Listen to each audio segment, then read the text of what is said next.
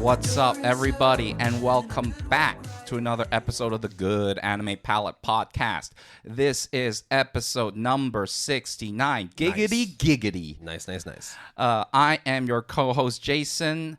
I thought Will would be giggling over there, but as always, and as usual, my co-host, Will, is joining me, and we are here with another episode of Good Anime Palette Podcast. What's up, boy? Yeah, I'm not giggling because I'm a grown-ass man, and I don't laugh at 69 jokes anymore. Nice. Dude, I think everyone at, this intro is going to be tainted because everyone's just going to be like, grown, fuck this, two dudes.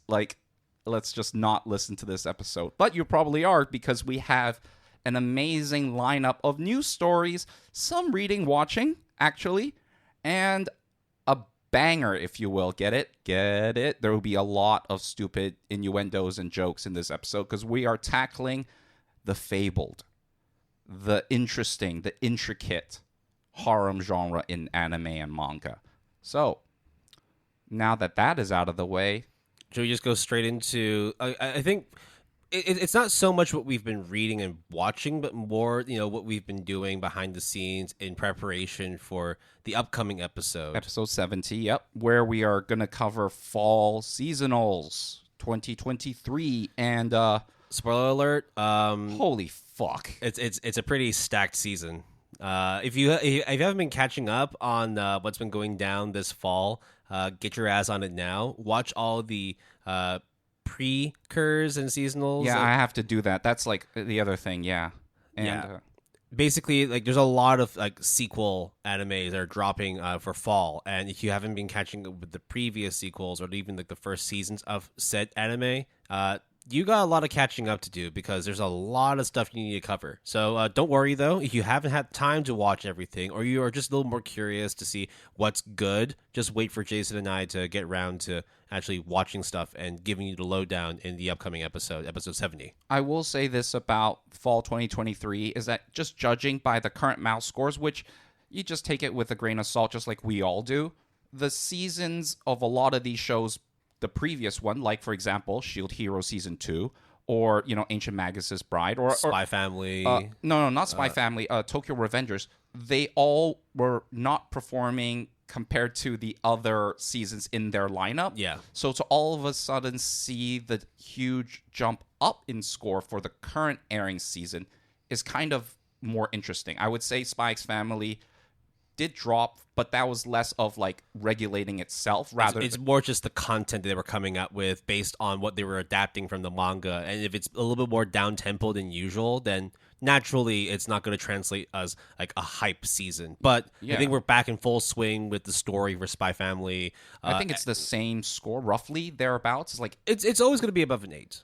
Right? I mean, we both knew that. And there's also surprising amounts of entries, but we will not go on about that because that's for next episode.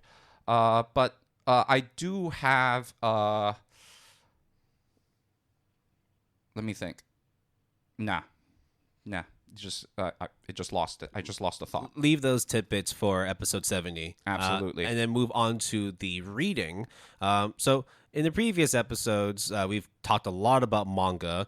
I think, Jason, you're still on the manga train. You're still reading a few things, but that's because this is in tandem with a pretty big news update in relation to one of the manga platforms that we had discussed in episode 68. Was it mangas that we were doing 68? It was, right? Yeah. So do you want to talk about what you've been reading first and then tie it into the news article? I mean, since technically this is the section for reading, so yeah, I will definitely mention it very just briefly. No going into the crazy general info dump that I'm kind of, I think you got accused you got 3 main manga series you've been reading or / catching up on, right? I caught up with a lot more, but I think these are the 3 that I think are worth mentioning to a certain degree. Dandadan is a series that I love a lot, and I really do think that and Sakamoto Days is just a new story away from being announced. It just doesn't... it boggles my mind that it has not received any news of an anime adaptation. I think just Sakamoto Days specifically, it's probably because of the fact that it would be coming out whilst Spy Family is still riding its wave, and it's not to say that they're both the same, but like a former spy / assassin, and the appeal of Anya. It's hard to come against that, but like with you, I agree that Sakamoto Days is literally maybe like a year away from hitting the screens. Yeah, and I think Dandadan is. I like Dandadan way more than I like Sakamoto Days, although Sakamoto Days is very good. Dandadan, I caught up all the way to the current because I have a deluxe plan now for Jump Plus, Manga Plus, and we'll get into that in our news story. So I have had the luxury of essentially having everything at my disposal now because Hong Kong didn't have that capability. But now it does. And Dandadan, fucking dope-ass shit, bro. Fucking dope.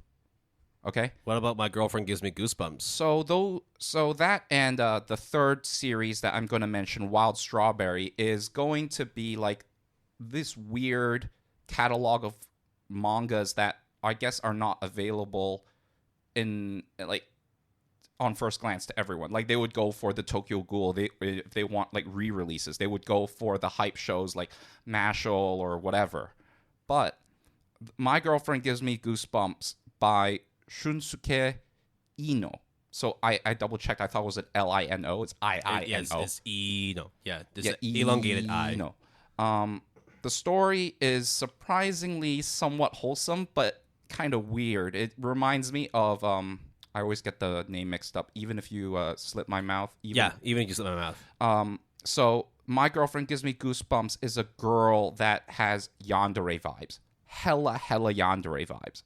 And you would be like, oh, stay the far fuck away from me. 50 meters, please. Restraining order. But not our main character. He's like thrives on like adrenaline and type A personality type scenario. Like he feels like a dullard. Everything is gray. But he seeks the thrill of adrenaline. So he would go into these abandoned warehouses to like hunt for ghosts and shit just to like scare himself. And he meets this girl who ends up being classmates with him at high school, and they get into a relationship. Like it's extreme, like they literally get into a relationship. And she is crazy yandere. And the reason why this premise is interesting is because they make it very obvious, I think like early like chapter 2 or 3, that like she's like, bro, I'm a psychopath. And he's like, yeah, I know. Yeah. I mean, this kind of sounds like a lot of those like very extreme, like opposites attract kind of series. Like for example, like Kimi to Toke, which is like Me and You, the girl who looks like the girl from Ring. And she's like very much like scaring classmates, but like her friend, the guy who but that's way more heartfelt and wholesome and bullying. True. But what I'm saying is it still goes for that kind of theme where it's like there's like very the Moe? There's very much someone that is like ostracized, very much like scaring other people away. Also a bit like well, again on the more wholesome side, My Clueless First Friend. Oh, I thought that was the one that you just mentioned. No. Me and You is the other one. The one that came out back in 2001, 2011. No. Even for I'll pull it up for you. I do remember that one. Yeah, because that one is like a very well-known shoujo manga artist and author. Because the art style I distinctly remember. It's like everyone is really tall and skinny. It looks a bit like Paradise Kiss, right? Like that shoujo author. You know what I'm talking about? Kimi ni Todoke. That one. I think it has a recent. From Me to You. Right. Brown Bear Production IG. It first came out. The anime adaptation came out in 2009. Didn't they have an announcement lately about a new thing? Or for that one, it was the live action that came out last year. That's what it was. What else is done by that manga? I haven't pulled it up, but we're not focusing on that. That's right? true. Yeah, we're focusing on. My Girlfriend Gives Me Goosebumps. So in this premise, they are very open about how she is crazy yandere. Like she says it herself, and she's like, "Are you still into this? Because if you want to do this, we're going all in on this." And he's like, "Yeah, fuck yeah, let's do this." And it's like this cat and mouse game, because not necessarily a spoiler, but there's a standard of, oh, let me go study at your house. oh, there is no one at home except for us. Oh, but I knew that because I'm a yandere, so I planned it all out. I know your schedule. And he's just like, well, yeah, you know my schedule. So we go to school together. No. As in, like, she stalks him. Right. So then he would be like, yeah, you stalked me. You should fucking know this. And the fact that he's so, like, casual about it, and she's just like, oh, okay. And then she plants stuff to, like, yandere level stuff, and he subverts it by essentially mind gaming his way out of it. And I think that kind of push and pull cat and mouse game is surprisingly not only wholesome in a very messed up sort of way, it's like the most messed up wholesome relationship I have seen in like Shonen Jump. So it's like a mixture of like My Clueless First Friend and Dangers in My Heart, in that there's like the edgy yandere aspect of it, almost to the point where it's like psychotic. Dangers in My Heart like super young? I mean, I guess it's like the male main character. Not so much right? yandere, but it's like murderous vibes. Like there's some real off-kilter, edgy shit going on, but it's like they somehow managed to tone it down to having like a very clueless, but very much like exuberant female counterpart. In this one, it seems like the female one is like the one with the murderous intent, but it's like very compulsive obsessions. But the guy's also kind of like not fully clueless, but more like, okay, yeah, sure, you want to kill me, you want to do some real weird shit, but what the fuck ever? Are we going to study or what? I think it is more of like happy sugar life. Oh, okay. But the relationship romance is outright. Is the main thing. It's open, as in like it's revealed, everyone is okay with it, and then mixed with like Promised Neverland Season 1 type of cat and mouse game. How many chapters are out for it? I think like 20 something. That's okay. That's and they're good, all free. That's a good amount to read. It's one of those titles. Free or with or without the subscription? All free. It's one of those where it's like on their platform exclusive or something like that, as opposed to like a. But again, it's one of those read one time and then nope. Like you can read it however many times you want. To my knowledge, however many times you want. That sounds like a great fucking deal. So I suggest reading that if you like horror / shoujo wholesomeness, which is a very weird mix, but yeah, I think it's amazing. What about Wild Strawberry? So Wild Strawberry is a new one. Like Ide Yonemoto? Yep. And, Yonemuto. And there's only like, I think 7 or 8 chapters out right now. And, Will, do you like Last of Us? Never played the game.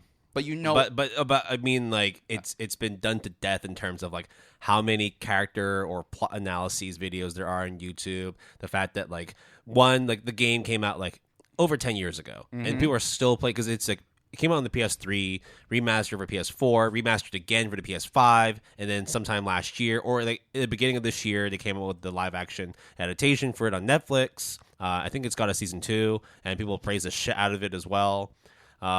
But yeah, it's, I mean, for sure, one of those things where if people were talking about like great all-time like storytelling, Last of Us is always there. Oh, pardon me. The first 6 and the last 6 chapters are free, like completely free. It's the middle chunk that is not. For My girlfriend gives me goosebumps, and I'm looking at the Manga Plus app on my Mac right now. It has 20 chapters. Okay. But let's talk about Wild Strawberry here. If you see their cover art for it, it looks kind of weird. It looks like Hell's Paradise opening credits type of motif with like a girl with flowers as an eye. It actually kind of reminds me of let me it slipped my mind. Oh, what is it? Because I might be actually saying that comparison. So I'm just wondering. Just keep talking. Okay. And then yeah. So it is set in a post-apocalyptic. Well, not necessarily post-apocalyptic, but it's set in a world where global warming has gotten to the point where plants have essentially. It reminds me of the poster of Elfen Lied. Because instead of the flower, it's like the mask. Oh, yeah, I know what you mean. But actually, then that's not a parallel that I was going to draw. But I do see the resemblance. But in this world, modern Tokyo, post-apocalyptic event happened where global warming has gone to the point where plants now run wild, as in the vines are all over like city blocks in the streets, and it's insane. It looks like, actually, I don't think it's post-apocalyptic in the sense that I can see what you mean in terms of like the comparison to the to Last of Us, because it's like a similar kind of like aesthetic where you have stuff blooming out of your face and whatnot. Yeah, and this is a lot more colorful than and Last they're of plant Us. people. Okay. And if you like Junji Ito deformed horror type of scenarios and violence like Tokyo Ghoul, you have Wild Strawberry. So it's a survival body horror series. Yeah, the only reason why I would say it's post-apocalyptic is because there is an apocalyptic event that really changes the dynamic. That's pretty post-apocalyptic. Yeah, then, it changes the dynamics. There's like plant people that talk. There's like this weird parasite moment where like one person almost eats another person. Oh, man, I want to read. I want to read Parasite all over. Okay. I think as an aside, I wish I never read Parasite and I could read it all over again. Because holy shit, it was good. But since you can't do that, I would recommend Wild Strawberry. This sounds like if you need that Parasite like injection, then okay, go ahead and read this. Read this in lieu of starting Parasite all over again. Yeah. Now there's only like I think 7 or 8 chapters out right now. So it only debuted like a few months ago. Yeah, and it was the cover art that got me. And then I kept reading it, and I was like, this is really fucked up. But fuck yeah, let's go. So I think it has like a low 7.1 or 7.0 something on my anime list. And I get it because it's not everyone's cup of tea. But I really do think that at least the visuals of it is horrific in a good way. So that is what I have been reading, these 3 things, among others. But I think these 3 I will recommend people to read. Okay, this is very new. It only started publishing 4 months ago. And that's the Japan release, too. The English probably came out like shortly afterwards. I think it's like simulpub to a certain extent. Actually, to be fair, because it is shown in Jump Plus, it would be simulpubbed. So, yeah, Will, if you just like open the first volume. Actually, you said 7 chapters. Yeah, that sounds about right. Yeah, then I think it definitely is simulpubbed then. Yeah, but I'll get around to reading it at some point. Maybe not right now, but definitely. I can't guarantee it definitely, but I will try to read it. I mean, it's just very body horror-esque, and people trying to live in a world where plants overrun, the human civilization, and humans struggle. Of course, there's the main male character and the titular cover art female who is the sister.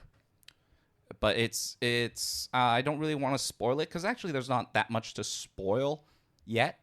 But it's a very interesting type of visual aesthetic, and it has a good mixture of genres that I really like. I mean, the stuff that like you look up on on my anime list in terms of like other manga series they would recommend alongside with this would be like Chainsaw Man, Hell's Paradise, Tokyo Ghoul, and Re, Fire Punch. I think it's very apt to Fire Punch, yeah. And one that I only just came across, but also looks kind of interesting, Jagan, and that's like multiple A's. This one here, don't really know much about it. 14 volumes. Much. It's been out for about. Oh no! So it's a gore themed drama horror supernatural mystery seinen. The fuck? Okay, we can if it's in English, I can check it out. But if it's not, then tough shit. Yeah. So, every once in a while, I might peer into the realm. Actually, yeah, if you look at Jagan, some of the stuff actually kind of gives that sort of like body horror, like natural manipulation kind of vibe. But we're not talking about Jagan. We're talking about Wild Strawberry. So, I just think you should give it a try, and if it's your type of jam, get it. Then in that case, I think it is a series that is worth pursuing despite what you may have seen on my anime list or other places. Yeah, that's really it. I might talk about more mangas in the future, but you will talk about something related to manga because right. I think this is a good time to just say we've been reading and watching. Well, you've been reading and watching a bunch of stuff.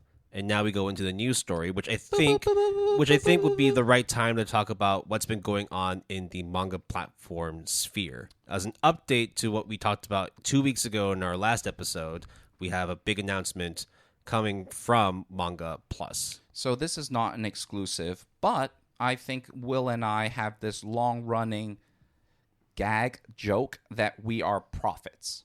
Of course, we joke around with that, but it just so happens that our last episode was on manga streaming platforms. And one of the points that we had about Jump Plus, Manga Plus, being Shonen Jump, the one that you all know and love, that has all the hype properties and IPs, Sueisha, right? Is this Sueisha? Yeah. Yeah. We were like, hey, they only have a subscription plan of $199, $299, but only for essentially certain territories like in the US and I think in India and certain places. So it was extremely limited. Then, almost as if we planned it, they were like, yo, we are just going to do that subscription service, but increase the scope, increase the amount of regions. And we live in Hong Kong, and Hong Kong is now included in that region. And I think a lot of places is like worldwide, I think, is one of the things. Yep. So as a breakdown, there are a few different plans you can sign up for. The standard plan currently has around 80 serialized works that totals over 6,000 chapters, costs $1.99 US per month in regions like the US, Canada, France, Germany, Thailand, and some other regions. If you are in regions such as Indonesia, on the other hand, it is $1 cheaper, so it's 99 cents per month. The deluxe plan includes 190 titles, totaling over 16,000 chapters in regions like the US and Canada, so North America, and some other places, $4.99 per month, and in some places like Indonesia, the Philippines, and India, $3.99 per month. The best thing about this as well is, despite its cheap price, there are no ads in either plan, which is great because we know about those freemium or like kind of premium lights where you do pay for the subscription, but you still get inundated with ads. This one, they guarantee no ads in either platform, in either plan. So, we live in Hong Kong. Hong Kong is also have a subscription plan from Jump Plus, Manga Plus. So what does it look like, Jason? Fellow Hong Kong listeners, listen close. The standard plan is 18 Hong Kong dollars per month, and the deluxe plan is 38 Hong Kong dollars per month. Now, we know, of course, that, for most Hong Kong comic book and manga readers, you're probably reading it in Chinese. But for the few that don't read Chinese or prefer to read their manga in English, you got an option now. Like, let's talk for context. 18 Hong Kong dollars and 38 Hong Kong dollars is fucking nothing. It's extremely affordable. It's cheaper basically you can have like 5 Manga Plus subscriptions if you in comparison to like one Spotify. Yeah, or like a taxi ride. One YouTube Premium. A taxi ride, for any, considerable amount of distance is how about you could basically have 3 Manga Plus, Manga Plus subscriptions, and that will cost you the same as like a Big Mac meal. How about this? The Hong Kong Cross Harbor Tunnel. Okay, this is like super like inside baseball for Hong Kong people. Basically, tunnel tolls in Hong Kong. The tunnel tolls for each way is $25. It used to be $10. So within a return trip, you have exceeded the price of a deluxe plan. So what are you doing, guys? Fucking subscribe like I did. If you have to go over past the tunnel to go to your favorite manga store to buy manga or to read manga and then just come take back, the MTR. Yeah, and then you just subscribe and then you got it. I don't know why we're not sponsored. We should be. Should we move on to the next news article then? Yeah, let's talk about Hunter x Hunter, Will. Yep. So for the longest time, everybody's been clamoring, when is Hunter x Hunter going to come back? When is Hunter x Hunter going to be back in circulation? When are we going to get the next chapter of Hunter x Hunter?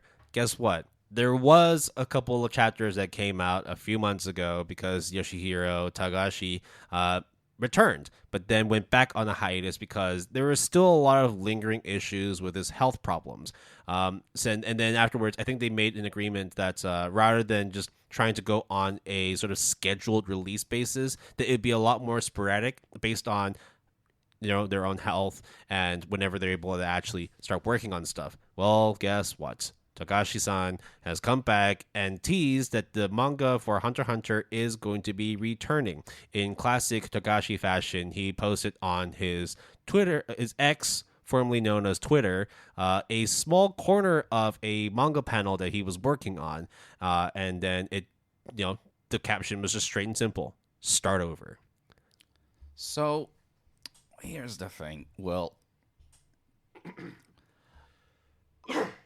okay, this is completely anecdotal to like me or potentially you, but I have heard from multiple people because I am, for better or for worse, we are the anime manga guy. But when someone tells me something without me telling them first, it kind of indicates that at a certain point, it kind of permeated already to the zeitgeist. This is bigger than GAP. Yes. Unfortunately, we are not as big as Hunter x Hunter. Yes. I can say that for an absolute fact. Yet. But I think a lot of the sentiment from everyone, instead of rejoicing that Hunter x Hunter came back, is I think two people talked to me like, did you hear about this? And both of their sentiments, without me prompting or saying anything to sway them otherwise, is I thought it was dead. And also the other friend was like, who cares? They came back and then they gave up and then now they're coming back again. They're just going to do that again, which I actually kind of understand.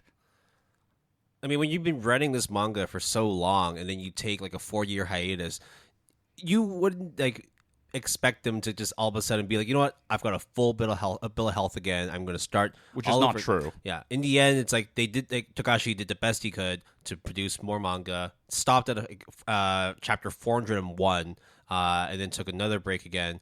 And now it seems that we're going to be getting more Hunter x Hunter content. Now, I'm not sure how much of a fan of Hunter x Hunter you are. I was a huge fan. I'll say that much. And I mean, I'm still a pretty big fan, but I've come to the realization that if what we have for Hunter x Hunter is like the utmost final amount of Hunter x Hunter we're going to get, whether it be for the manga or the anime or whatever releases. I know they announced a stage play back in May of this year, but wait, they did? Yeah, back in May 2023, there's going to be a stage play for Hunter x Hunter. It's going to be really interesting how they're going to do a visualization of the chi power thing. Yeah. How the fuck is that going to work? Well, I mean, they also have done stage plays for a lot of other stuff. The weirdest one is true. The biggest one that I've known of was the Resident Evil stage play.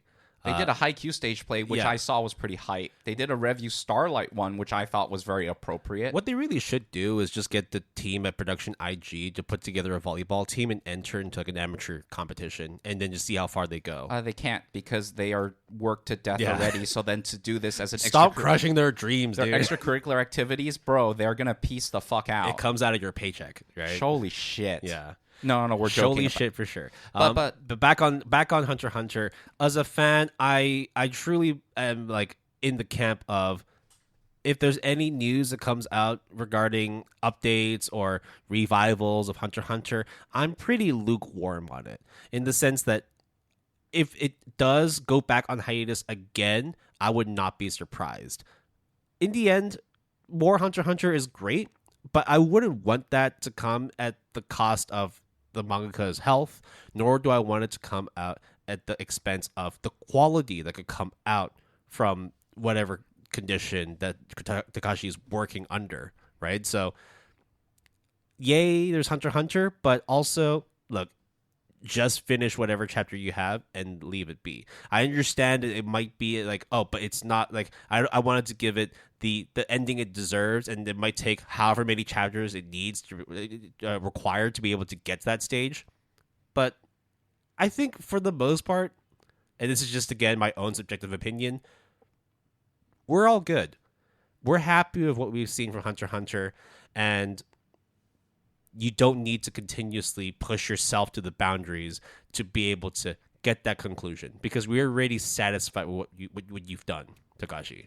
So my opinion is somewhat on the other side of the coin, which is on one hand, I am extremely, extremely sympathetic towards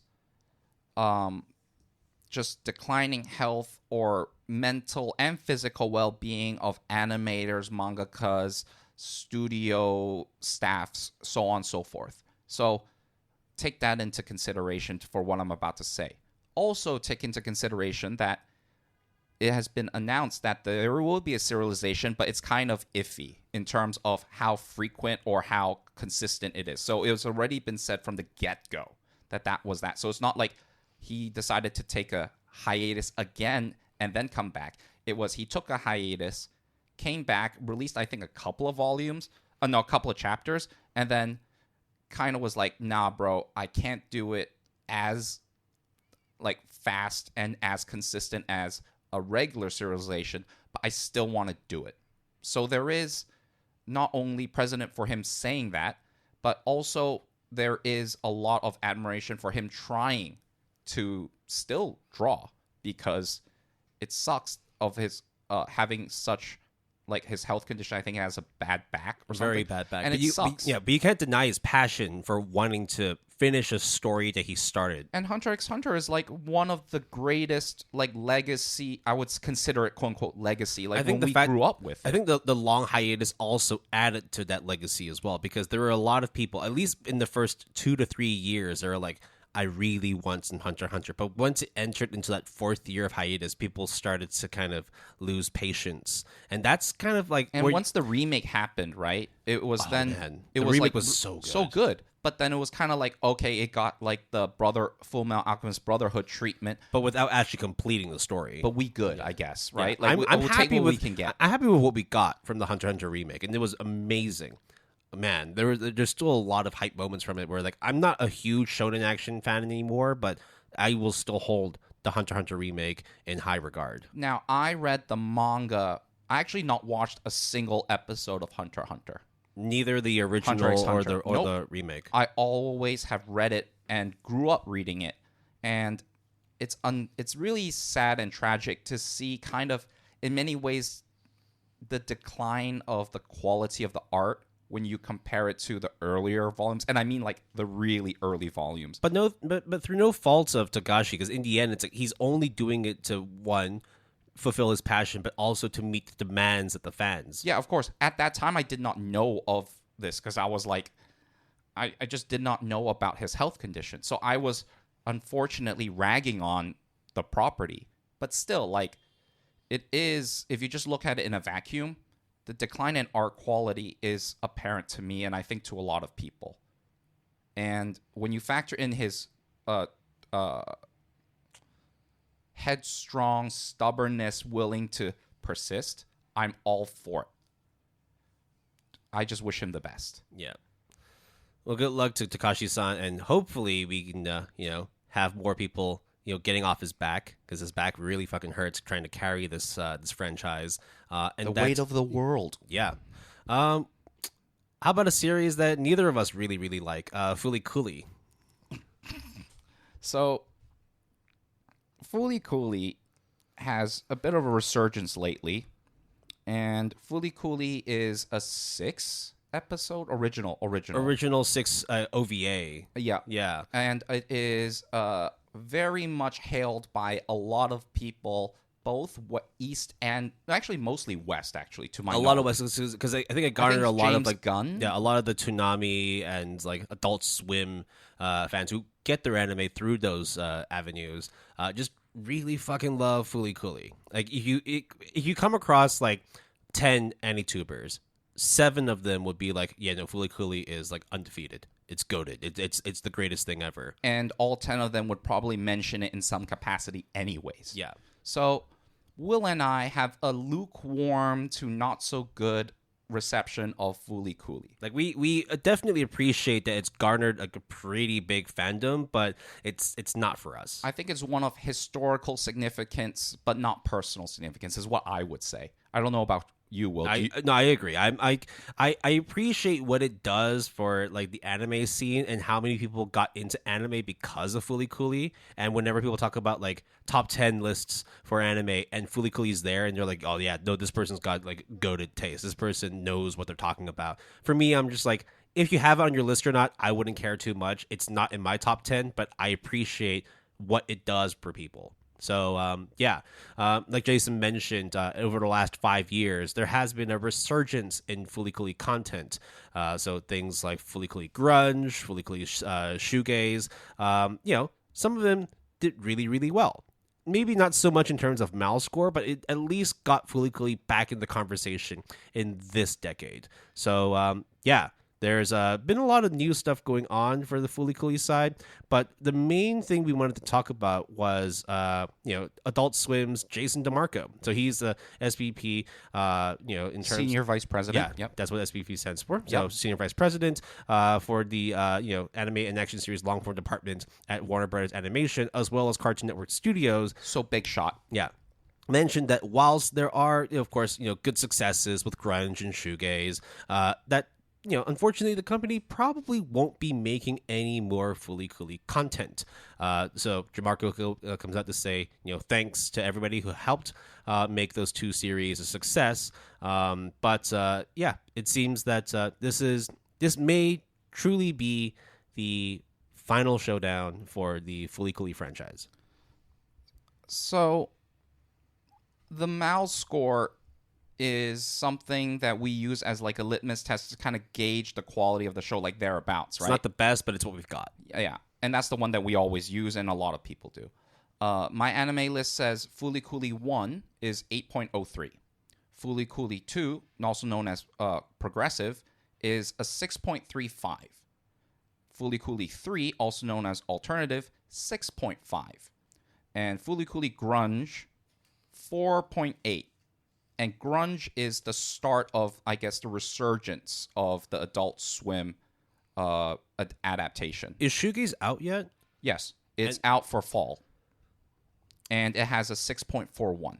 So that's where it's like, it's that love-hate relationship that people have for Fooly Cooly. In one camp, people who just cannot stop clamoring about it. And on the other camp, which is where Jason and I are, where we just don't really get the hype. We just don't really buy into the vibes of Fooly Cooly, but we at least like are fine with it existing. And I'm also of the mindset that it's like, dude, just let the legacy stand on its own, because I will die on the hill that says Fooly Cooly I think is overrated. But I will also die on that hill that I think Fooly Cooly is an integral part of anime as like a medium. Especially in the early 2000s. I will die on that hill, and I will fight for that opinion, for sure. However, it looks like they can just never catch a break. Fooly Cooly I'm talking about. Especially when we're talking in comparison to the MAL scores, because damn, like if nothing past Fooly Cooly 1 was above a 6.5. Like, holy shit, Will. Like, those scores are abysmal. Okay, it is just my anime list. Yeah. Fine. I understand that.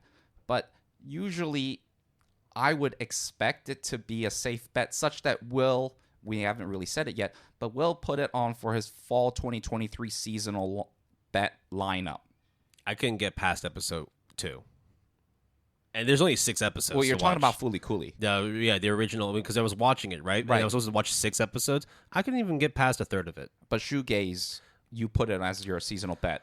Yeah, I put it there, and I don't know how I feel about it. It's probably going to still be like a 6, but again, it's one of those, like, you would hope that there's enough people that care about the series that would give it a good score. I mean, it's production IG and Nut. They do good work.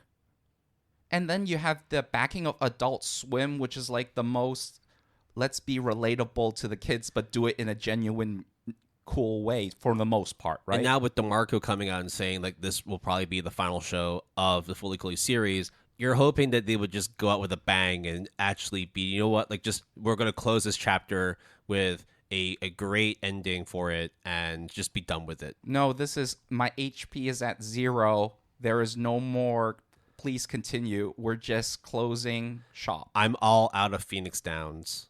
I got nothing else to resurrect You this know what anymore. told me? Oh no, I already said. Yeah, I you told- yeah. I just realized that I caught myself. Okay, but it sucks. It really does. But on the other hand, it's like, I think, you tried to revive it like 2-3 times already, because the duo of was it called shoegaze and grunge. Yeah, that's like the modern 2023 or 2022 lineup, right? Yeah. That was done by Adult Swim. I'm like, you try to revive it a third time. But I think it's also like, irrespective of the score it gets on Mal, what really matters for them in the end is the fans themselves who actually like Fooly Cooly. And I don't think they do either. And I'm not sure. This is just my speculation. Is it cannot ever live up to Fooly Cooly 1. Yeah. So they always try to like, oh, this one will be different. This one will be different. And Because then whenever people talk about Fooly Cooly, especially the AniTubers, they always talk about the original Fooly Cooly, but never really talk about the other stuff that comes out afterwards. only to say, fucking don't watch that bullshit.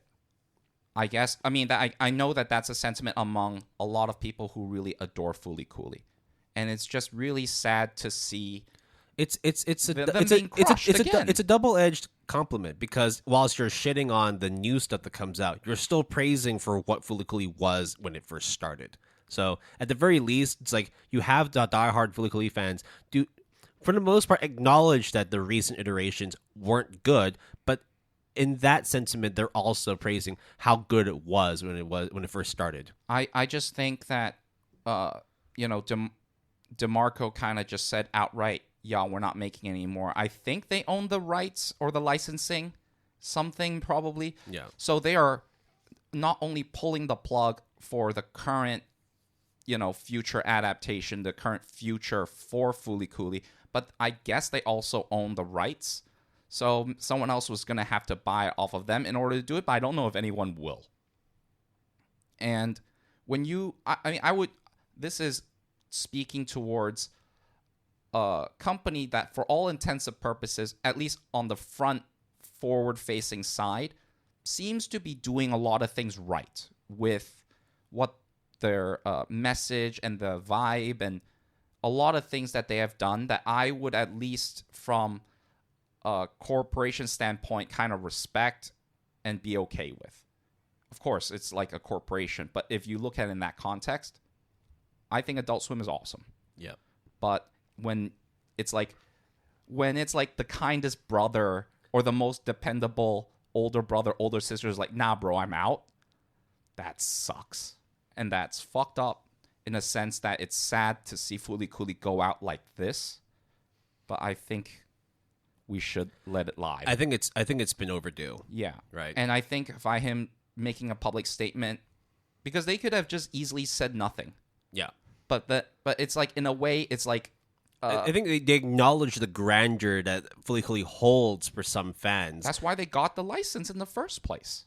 And it did get a lot of hype. We even talked about it as like a news story. Yeah, again, just furthering Jason's point, as much as Jason and I don't really care for Fooly Cooly, we understand its impact. You think we're going to get like flamed for this?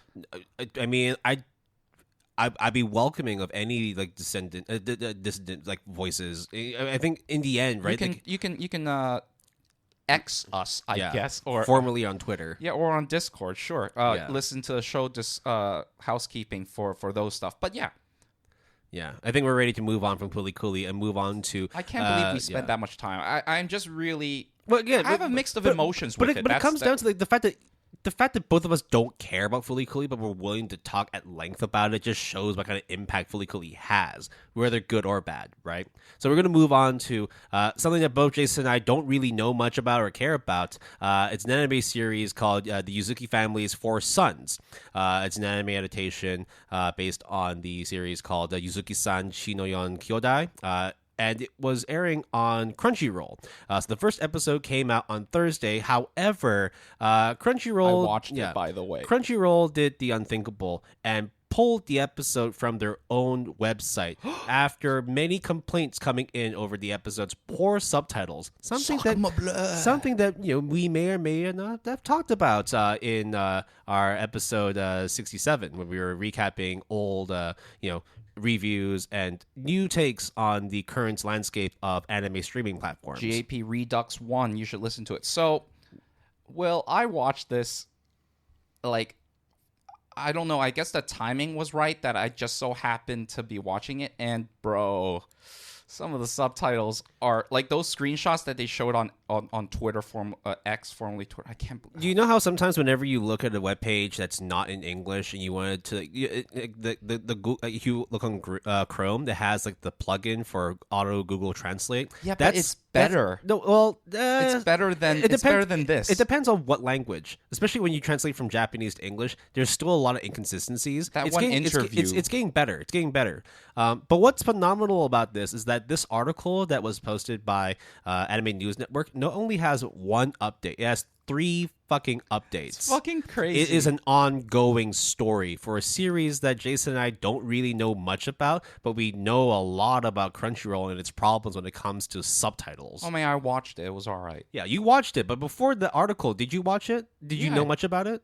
No. Yeah. So this is what like brought you on to like, okay, I gotta see what the fuck's going on. Oh no, because they took it down and then so the updates is they took it down.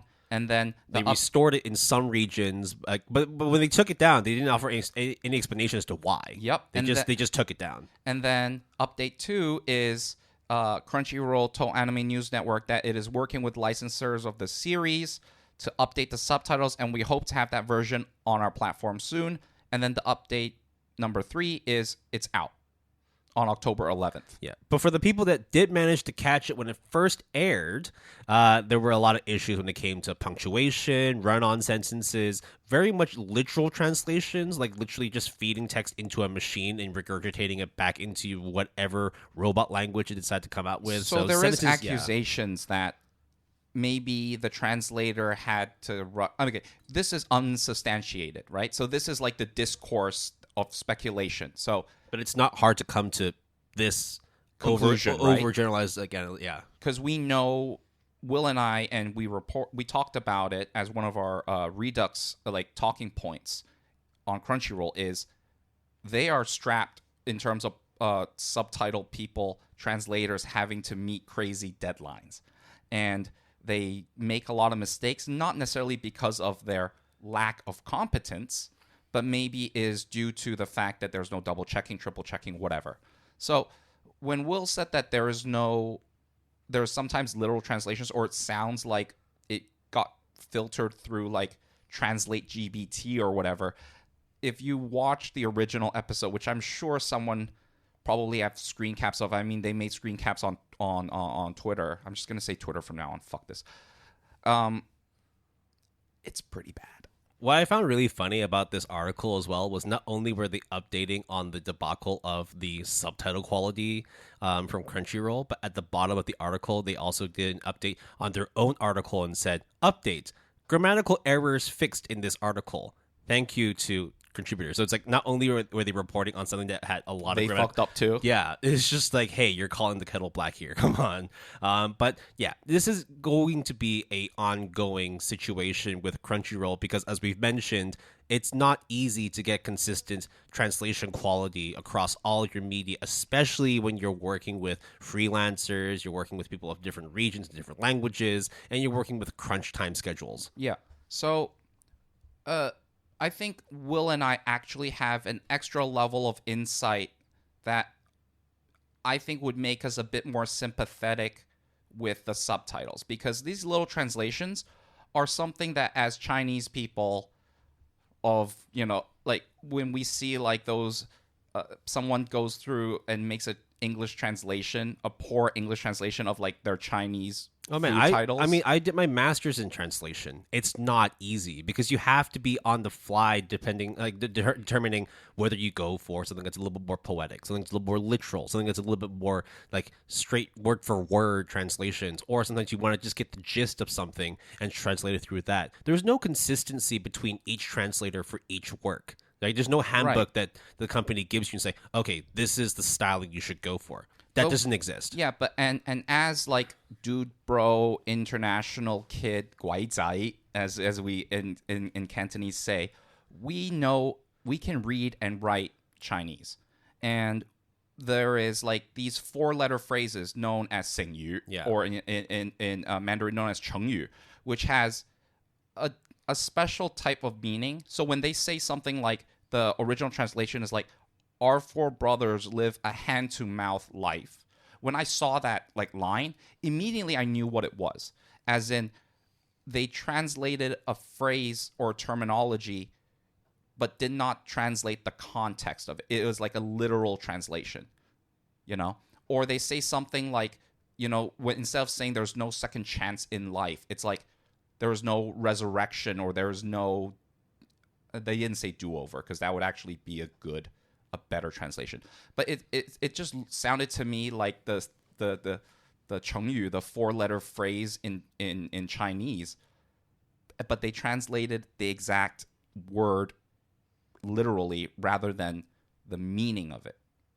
And I feel bad because I see it more often than one would want to see something like that. Yeah. We're going to leave that and round off the news with our final article. Which is also about translation. Yeah. So this is based on this is from a manga series called Kindergarten Wars. The manga author Yu Chiba has offered their apologies for the amount of translation that is needed due to some of the characters' very long dialogues that happen within the manga. Now, Jason had actually sent me a screen cap, not of the manga, but obviously edited for meme purposes, of a large-ass speech bubble to the point where it just looked like a book rather than an actual manga panel. And I thought this is just like, okay, this is literally just some random manga. Someone just threw it in a large speech bubble, edited it, and then just sent it over. No, this is actually, like, you know, not the same content, but definitely the same length in terms of what needed to be translated. It was awful. When we mean by awful, we don't mean the content of the word. It's we just meant the fact audacity of how much they needed to translate. And to be fair, the panel that I sent Will is like a guy talking about how shoujo as a genre is fucking awesome, and it struck a chord with me, Will. Yeah. I felt like this metaphorical 2D guy is of my people. Yeah. So on to the what was going on with this article. Now, more often than not, you do come across manga series that, you know, for example, like Honey and Clover does have that every now and then. If you read any of Nishio's stuff, it's always inundated with a lot of text, but it's done in a way where it actually works. Whereas with this one, it just seems that you're kind of just, you don't even see characters on the panel. More often than not, it's just speech bubbles. Well, I think in one particular moment in Monogatari series, it actually is hard to translate because it has something to do with like the word spacing in Japanese and wordplay as well. Yeah, right? and reading in between the lines. But generally with wordplay or puns, you try your best as a translator, right? I mean, we didn't report long ago about Cypher Academy and how that debacle happened. It got someone to literally retire themselves and be like, dude, I'm out of this industry. Fuck this. And this is like another one where he had to apologize. I feel bad also because 100 Girlfriends has a panel that is even more extravagant than the one I showed Will, which was someone came to the male main characters be like, dude, what is so appealing about all your girlfriends? Think as like a, you know, kind of like an accusation. You don't know anything about them. And then the next 2-page spread is essentially the main character, a wall of text. I read every single word of it. Fucking insane. Yeah. So what did Yu Chiba do? They went on X, formerly Twitter, and tweeted out verbatim to the translator, "I'm sorry for giving you hard work sometimes." Kind of tongue in cheek in a way, but at the same time, it's like, no, for sure. I think they realized, yeah, no, this is a lot of stuff that you need to do. And what's funny as well, guys. What's funny as well is that within this article, again posted by Anime News Network, they also referenced back to Cypher Academy because they mentioned this is not the first time in which some translators had their work cut out for them. Won't be the last either. So why is this of significance? A, it's kind of funny. Yeah. B, I think it's one of those things where now that anime and manga has grown to such a degree and will continue to grow, and we love to see the development and growth this medium has, I think a lot of these considerations needs to now be taken because it's not just you in Japan locally anymore. I mean, Japan historically with like Nintendo and other companies have long since really not cared that much about international. I mean, they do like the money, but they care more sometimes about domestic performance versus international performance. And I think that barrier or that mindset is slowly cracking. What I think as well is that when it comes to, like, I mean, in the end, with manga, it's still very much based on storytelling, and therefore you're going to use whatever is at your disposal to be able to tell that story. And you use words. Yeah. So I think that where the issue comes in is how do you, like, where's the line in terms of something being a manga / graphic novel / comic, and where the line is in terms of what is a book. But in this particular case, it's extra. I feel extra bad because the gag is the guy goes on a monologue, but it is not just like speech bubble, and then because that doesn't hit as well as a literal wall of text. And if you read it, it's actually coherent. It actually makes sense. Makes a damn good argument, in my opinion. So, but you still have to translate it. So it kind of like, I get the gag you're going for, and you got to go all the way. But yeah, I don't know if you understand, and clearly they didn't until after the fact, that by doing so, you're taxing the other people who have to translate it. So I don't know. I mean, as a creator, I'm not worried about the speech that I would use, but if I all of a sudden someone has to transcribe it, yeah, on our diatribes, it's gonna be insane, bro. Look, I think in the end, right, like with the way that some mangakas choose to tell their story, you're bound to come across people who choose to use more actual words on page as opposed to just using action panels or something, or artistic like usage of like creative landscapes, right, character movements and whatnot. You are going to have speech, and that because of the fact that, like, if you were to say, oh, there's a lot of speech in some anime series, yeah, but you also don't then say like, oh, I feel bad for the voice artist who has to do so much speaking because of how lengthy their dialogue is. Like, you don't really come across those kinds of complaints. And some of those monologues are super dope. One of the mangas that I thought was extremely mid but has one of the best anime monologues of all time is, I think, Magic is Commonplace or something. And it's about that one girl who just talks about how the main character is an edgelord and how that is stupid. One of the best clips ever. And she monologued it. Yep. One take, by the way. But it is just, I don't know, it's kind of funny, but I also think it's also extremely not funny. I don't know how exactly to solve it other than don't use that gag, but I feel like why would you want to restrict the creator? Exactly, yeah. So then it's kind of like, I don't know exactly what to do other than us all looking at this and being like, that's kind of fucked up. Yeah, but yeah, I mean, it's kind of fucked up. You're going to come across situations where you just see something that's kind of out of the norm, and then you'll have critics and, you know, people just look at it and be like, this is not right. But what and really... the mangaka actually tweeted at him and was like, yo, but bro, again, I'm sorry. Like, that's one step more than you would usually get. And again, though, like, where is the line in terms of what you could use to be able to express the story you want to write about, right? So, well, Will, do you have a piece of paper and a pen and... Yeah, okay. Well, you want to start writing manga now? No, I can't. We could. I you know, can't. whatever will be. I suck at drawing. We'll have to find somebody. Oh no, we'll just run it through Midjourney and then just AI generate some stuff. It would be great. Okay, look. At the end of the day, I feel bad about the situation. I think it's very messed up, but I do not blame any single person, and I don't think anyone should. It's par for the course. It's just kind of funny too. Yeah. So that wraps up our news section. It is a lengthy one, but, you know, we have been a little bit lacking in terms of news recently. So it's nice to, you know, change the course and actually talk about what's been going on in the anime and manga world. So we'll leave it at that for the first half. We're going to go on to a quick break, and then we'll start talking about the nitty-gritties of harems in anime and manga. Woo!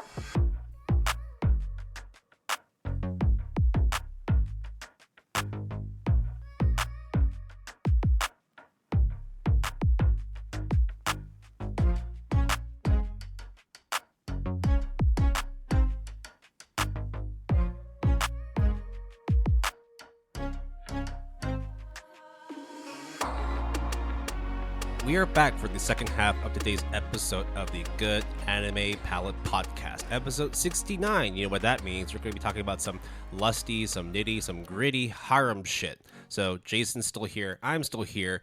Let's talk about some harems, Jason. Why are we talking about harems other than the fact that today is episode 69? It's just really funny that we purposely planned this, like, I forgot how long ago. Over a year ago. That we would be like, let's do something stupid dad joke for episode 69. And, of course, harems. It was Monster Girls, I think, at one point. And then we were like, nah, Monster Girls is kind of like something should put on the back burner. So harems, it's a bit more niche, right? I mean, I love Monster Girl genre, but okay. So how are we going to go about this? Should we go with the obligatory explanation / disclaimers? Yes, I think in this particular case, I think we do need to go more so into disclaimers. So when we talk about harems in anime and manga, I think we need to say some of these things outright, which is, as a disclaimer, we're commenting on the genre within, anime, manga, light novel, so on and so forth. Yeah. We do not necessarily hold those opinions. We're merely commentating on the genre as a whole. And of course, in a lot of anime and manga, light novels, whatever, harem, there is these kinds of tropes and types of relationships, namely, for example, polyamorous polygamy relationship or romances like love polygons, I think, is like a tag on my anime list or whatnot. And my stance is same with Will. Our stance is essentially, as long as everyone consents to it and everything is kosher, then who are we to judge others just as how others judge us, right? So also, dude, guys, it's fucking anime, all right? Chill the fuck out. Not political commentary. The other thing is, another common trope is like I did not know damsel in distress, the male version is Daniel in distress. I didn't know that either until I saw that in the docket. Yeah, so the Daniel or damsel in distress trope is commonly used and, in my opinion and Will's opinion, extremely overused, right, in harems. Again, we are not condoning it or necessarily accepting of it, other than to say we accept it as part of an ongoing overused trope in harems. And same thing with Mary Sue, which is essentially like someone that is all-powerful, all-knowing, and respected, but has nothing to offer. Yeah, beyond anything like what's already like on screen, what's already in the story. So I don't think we need to go too deep into what a Mary Sue is. They're just all-powerful, no weaknesses, and their existence is to just show how OP they are. Yep, and it's unrealistic, right? The last thing is obviously fan service and lewdness, but it's episode 69. We are an adult podcast, not about adult material all the time, but hey, we just thought like it's just part of anime and manga. It's part of harem genre for sure, not always. So hey, it's there. We're commentating on it, and that's it, and giving our takes on it. That's really it. So don't at us, guys, if it's for any of those reasons, saying like we are so and so or we are believe in this. Like, bro, guys. Yeah. So let's jump into the discussion of harems, and where better to start than to define what a harem is. So there are several sort of like loose definitions of it, some more historical, some more sort of like tied to the fandom of the harem genre. Yeah, I think that's extremely important because the word, for example, the word weeaboo, right? We talked about that in like one of our first like couple of episodes, right? Mm-hmm. The term weeb actually came from a somewhat derogatory term, but has since evolved into shortened weeb term that everyone generally accepts. It does have like a negative connotation per se, but you tend to overlook it. Yeah, and it's not as bad as like how the Japanese perceive otaku,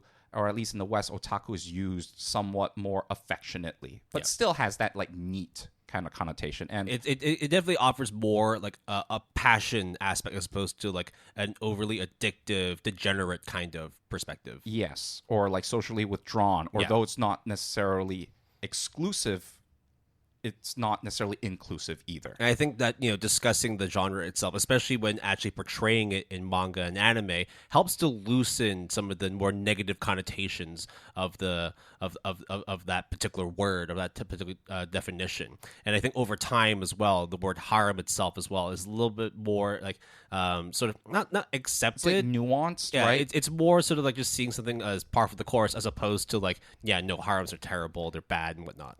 And historically speaking, harems have like this connotation that is not great, in my opinion.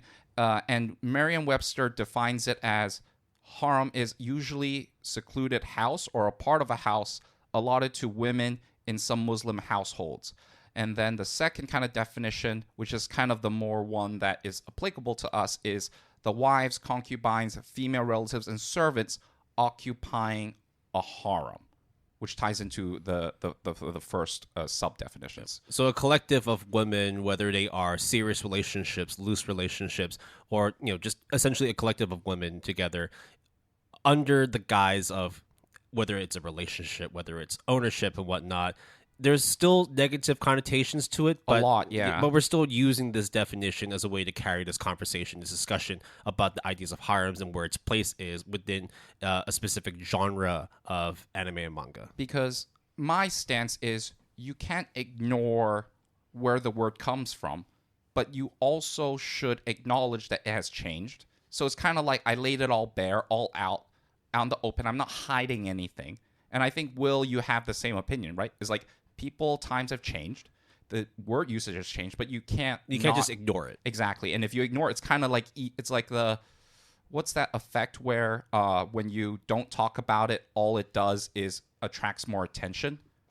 Oh, I know what you mean, but I can't think of the actual word effect. Yeah, there's an actual... Streisand effect. That's what's it called. Oh, okay. Okay, anyways.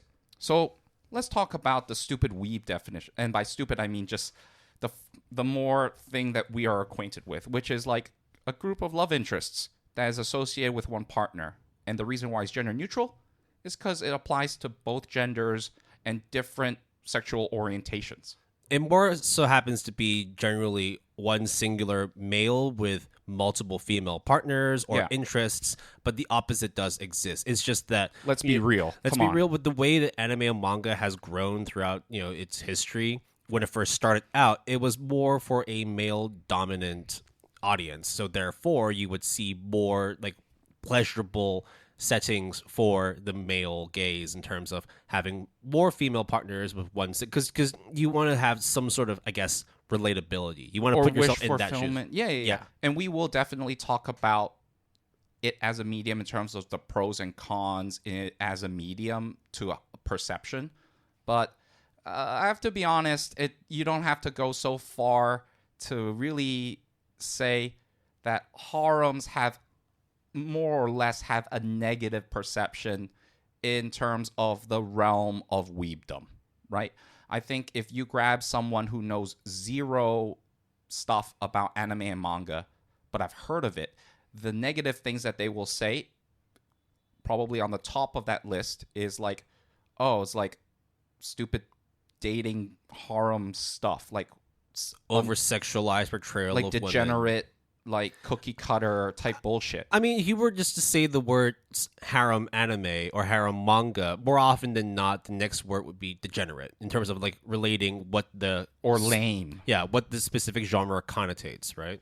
Yeah. So we're gonna skip the. I think there's a lot of like historical aspects as to the reasons why harems existed, what its purpose was, but I don't think that it adds too much to the discourse. And also, I don't think you would be that interested in hearing about the history. So why don't we just talk about... I will say one thing about that, which is I actually found a paper on Japanese harem, like an academic paper. Dude, like Japanese relationships, sexuality and whatnot, there's a lot of academic study on it. Even like the Yuri Girl Love, there's a very good amount of legit academic research and commentary on it. But let's stop the vitriol of info dump, and let's start the vitriol of the actual genre analysis by yours truly and him truly. I don't know. Yeah. So in terms of harem itself, it definitely has a place, within the anime and manga world. But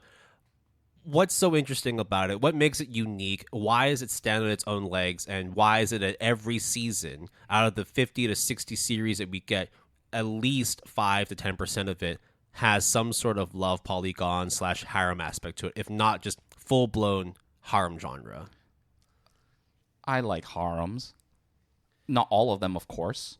But Yeah. I think the genre has a bad rap, and I think rightfully it should, but that doesn't mean that there is no, like, in my opinion, good that came out of the genre. Yeah, I think that whenever people have negative connotations or interpretations of the harem genre, I think it's because when the main reason why a lot of people like watching harems, and let's just be real, outside of the fan service and the lewdness, it's wish fulfillment. It's wanting to see something play out that more often than not you won't be able to attain. But that doesn't necessarily mean it's an extension of your personality. It's not reflective of what you have as a moral basis. It's more just, I just want to see some fictionalized shit of something that will never happen to me, and let it be that. Yeah, we're not going to enjoy and read Tokyo Ghoul and all of a sudden go out and start doing violent shit. Like that just is not applicable.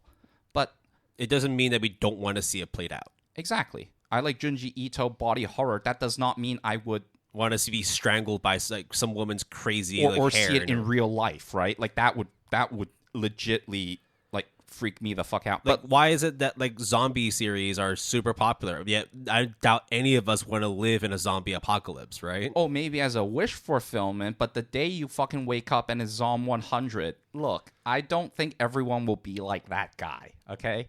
I think a lot of people will be like, holy fuck, I have no internet anymore. Yeah. So in general, at least this is from our personal perspectives, the harem genre exists because it's something that provides, I guess, a sort of alternative life for you, in that damn well that for the most part this is something that is shunned in most modern societies, but you wouldn't be so much like ostracized just because you kind of want to see how it plays out on screen. You don't really want to be like, oh, I want to have multiple partners at all times and whatnot, even if that is something that you do wish to have, but that doesn't mean that like this is something you're going to go all out to try and pursue. Yeah. More often than not, it's literally just a fictional portrayal of what could possibly happen if such standards are loosened and your moral basis was a little bit more in a different direction. Yeah, or if you are a black hole of a character that somehow have women gravitate towards you for no particular reason, yeah, you kind of want to sometimes have that thought and then kind of either like think it out as a thought experiment or see it unfold in front of you on the screen, right? There is like that stupid escapism that the isekai genre is known for. And of course, isekai harems is another thing too. So just like how isekai is overdone, overused, and Will and I's our stance is there's a lot of shit. That doesn't mean there's not a lot of isekai series that is the shit. You know what I mean? And just because it's overused and just, getting a little bit boring, there's a reason why there's so many series that tie into that particular genre, that particular fandom, because generally, even if you get a little bit bored of it, it's popular, people still want to see it, so therefore you're going to get it. Quick side note, Will, did you like Yona of the Dawn? I did. Would you consider that a reverse harem? It's a who? No, like that thought just came into my mind. I'm sorry to put you on the spot. No. I totally get why you asked that, and to be quite frank, to call it a harem, like in its most raw and basic definition, there are aspects of it, but I don't think that is the central theme as to what Yona the Dawn is trying to go for. So would you say it's kind of like the ingredients is there, but what you make of it is more so than the sum of the parts? It's a whole different recipe in the end, even if you are using the same things. Okay, I see what you mean. Yeah. Sorry for that. No, but that was a good example. I would not have thought about that, but now that you brought it up, okay, I really do like Yona the Dawn, and I think you would like it too. Yeah. But it's to paint it as black and white, a reverse harem. and this is not to criticize what your question. It's more just to say it doesn't necessarily do service and justice to what Yona the Dawn represents. So, the reverse harem aspect does exist in terms of certain archetypes and aspects of the characters. So would you say like if we had to kind of give like 5 tags, and the tags are ranked in terms of like, oh, it'd be at the very bottom, right? But it would still be there. Like that's your point, right? Without context, it's not good. It's right? not like a central ingredient, but it still wouldn't be Yona the Dawn without that ingredient, right? I mean, another series that Will and I literally shed human tears over is Fruits Basket. That is also a harem, a reverse harem, and believe it or not, the thing that I think a lot of people tend to misunderstand, and I don't fault anyone for that, is all the relationships doesn't necessarily have to be romantic. I think almost all of it has romantic elements, and in many cases, that's all there is. It's all romance interest. But Fruits Basket, I think, is a very good example of Toru Honda, the main female main character, is kind of the central focal point, and all these dudes are like revolved around her in certain capacities that all have genuine relationships. Some romantic, some not, but they all revolve around her. Well, so I would say it's a reverse harem in a certain extent. And I think like that's a good way to paint it as well, because whenever you bring up the word harem, it's not you would not like blame somebody for just going straight to like, this is degenerate, this is lewd, this is horny bait, whatever. Right? And when I hear someone comes to me and go harem, the first thing that comes to my mind is like, oh, grown. So you're thinking about like hundreds. You're thinking about like, was it zero asterisks, Aztecs? You know what I'm talking about? Not really. Or like Bahamut. There's like tons of these cookie cutter shows that really are kind of stupid. I think Infinite Stratus is one that I, for some reason, watched like all 3 seasons of it. And it is really boring in the sense of there's not anything that stimulates the senses in any capacity. Yeah. But it's a harem through and through, unabashedly, and it was fine. Yeah. But even with those shows, right? Like with Yona the Dawn, Fruits Basket, while they may not be like, oh, this is like straight up harem, this is what defines a harem genre, they still have certain archetypes, they have certain ingredients that at least borrow from the harem genre. And so like, we can sort of, gloss over what makes a harem genre and what like certain aspects you see whenever you watch a specific genre that focuses on harem. So for example, actually, to be fair, before we go on, how many people need to be in this quote unquote relationship for it to be a harem? Because if it's like 2 people, then if it's like 3 people, then that's a love triangle. I don't think it's a harem. If it's 4 people, I would say 3 or more. Yeah, in my opinion, I think a triangle is like on like the line, and you can really go either way. But if it's more than 3, automatically, I would personally consider that a harem. I think the fact that like the love triangle itself is already like its own defined genre / tag. I mean, when they do triangle and polygon, like, come on. Yeah. That's...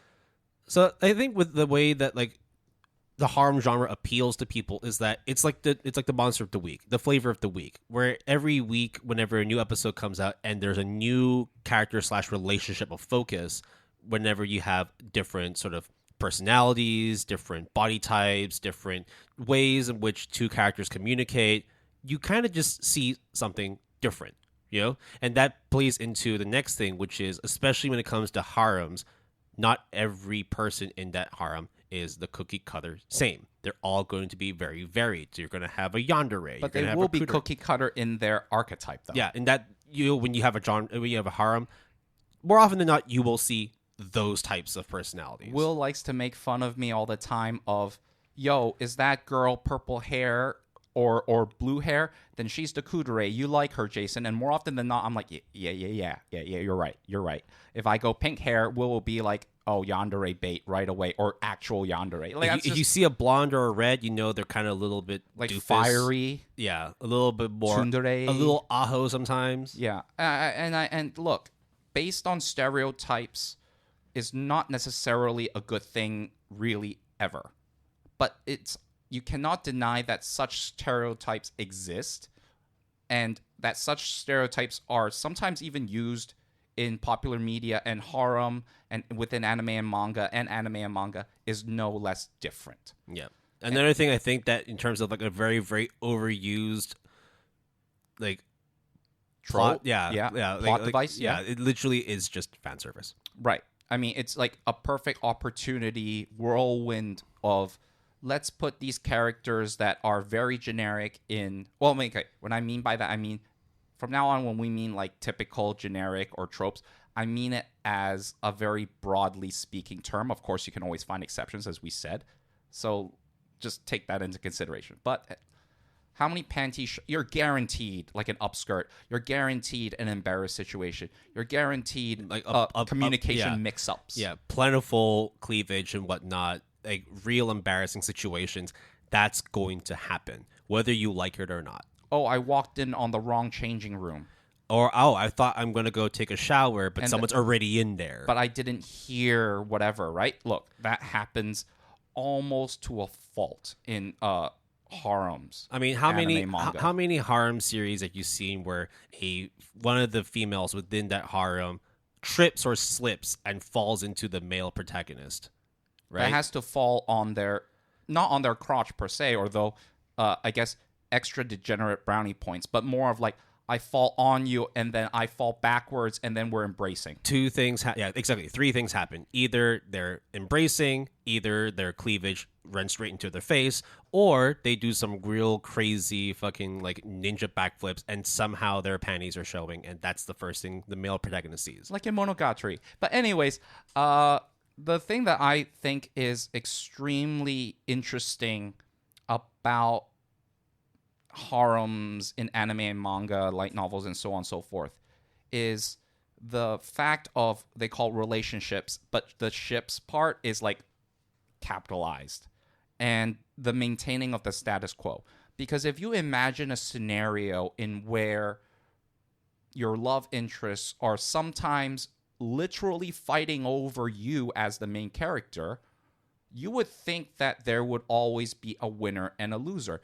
Not everything is like quintessential quintuplets, which I think is like a rare instance of not only a very wholesome kind of harem anime and manga, but also just like there is a quote-unquote winner. Because there is all these different various archetypes, which we should like just rattle off a little bit later about all these different archetypes. You would think that there would be a winner and a loser, but because everyone's preference and taste is different, what they wish to be fulfilled is then therefore different, so no one can outright win, because then there is an actual canon winner and loser.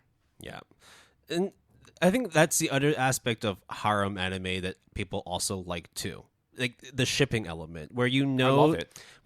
There's like, okay, it's like, I think for the most part, it's usually five females to the one male. I think that's like generally. Well, 100 Girlfriends beg to differ, but yeah. that one is like the extreme of it. But there's always like, you want to see this pairing succeed, or you want to see that pairing succeed. How many were in Realist? 5. Okay. I think there were 4 originally, but I think there was a 5th one in there too, which I didn't see. It's like a late add-on kind of thing? Because they introduced that character like literally at the end of season 1. Okay. Yeah. But I there is a preference, right? We all do as like the consumer. You want to root for the kudere. You want to. I'm going to root for the kudere. Yeah, you want to root for the one that was the childhood friend, which again we will discuss a little more at length in terms of like the kinds of characters you see. R.I.P. for the childhood friend. But the shipping element is important in harem. That's anime. why fan fiction doujinshis are like a big thing, because by making it somewhat ambiguous, or there is no character development, which is I think one of the biggest valid criticisms of the genre, but by making like everyone on the same like playing field, no one ever crosses this finish line, then therefore everyone's free game technically. And I would argue for the most part, when it's like defined that this main character, this main protagonist, male protagonist, usually 99% of the time. And this other main female counterpart is going to be the relationship of the series. And more often than not, people would be like, I hate this relationship.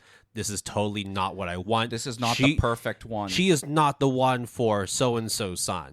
They should have given the relationship to that person. You should have seen quintessential quintuplets when literally everyone went insane and batshit when the quote-unquote actual winner of the relationship wins and gets revealed. Yeah, but then that's also why sometimes you do have spin-off series that it's like the what if scenario, because it happened in Clannad. But rarely is it. No, but okay. I'm glad you mentioned that because I forgot to mention that. I think harems, historically speaking, in anime and manga, so not historically in terms of like human world history. We're talking within the history of anime and manga. Stems, I think no one is going to dispute this, from otome games. It is literally from dating sims. And because in each of those, you spend an adequate amount of time with each love interest, you usually want to pursue one, and each of them are a typical archetype of their own. And you want to get different endings and stuff like that. And I think Clannad After Story is a huge one. Yeah. Is a huge one. And plenty of other series also it was have that. It was so huge that like you had the option to go with a different girl in the game, that when they made the adaptations for the anime, they chose one route. It's and like then Fate. But then after the original Clannad series came out, I think before After Story then started serializing, I remember that. They did have like specials or like one-off episodes or even like shorts of what happened if the main protagonist chose this character I do instead. think it was like an OVA special. Yeah. And For I've watched sure. those, and they were great too. But it's like, in the end, like, you know that there is still going to be a main couple because that's how the story is going to play out. But you can't deny that there are going to be fans that want to have that wish fulfillment of not so much being that main character, but rather seeing a specific couple or pairing succeed. So, Will, what would you say in your life is the first anime or manga harem series that you consumed? Ichigo 100%. Okay, so that would be like whether you like it or not, or how you it was feel. terrible, but it was like... But that was the first one, yeah. right? I was extremely fortunate in which Love Hina? Yes. Yeah. The manga. And I read it from beginning to end, like per volume, as it was released in traditional Chinese. Man, the doujinshis and fan fictions that came out of Love Hina was crazy. But I was a teenager, so I didn't know about any of that at that time. And now that you know, right? I think the existence of this harem genre has existed for a very, very long time. Like, we're talking about when Jason and I were like literally like 10, 12, 14, like that young. Yeah. And I think Love Hina is a very good classic example, and classic in the sense that it is one of like the pioneers of the genre, is that A, do they have various archetypes? Check. Do they maintain status quo? Actually, not really. And do they have fan service, though? Absolutely. Is it kind of like, oh, I'm going to nosebleed and fall backwards? Absolutely. But then the ending, I literally cried reading the manga. It is one of those, I still have it to this day, the Chinese volumes in my closet. It is like really good. I love it. But it introduced me that I was spoiled, that I not only got the good parts of the harem, but have it be this wholesome kind of conclusive ending is like so good. And then I got into the trash and degenerate culture and in the gutter. Yeah.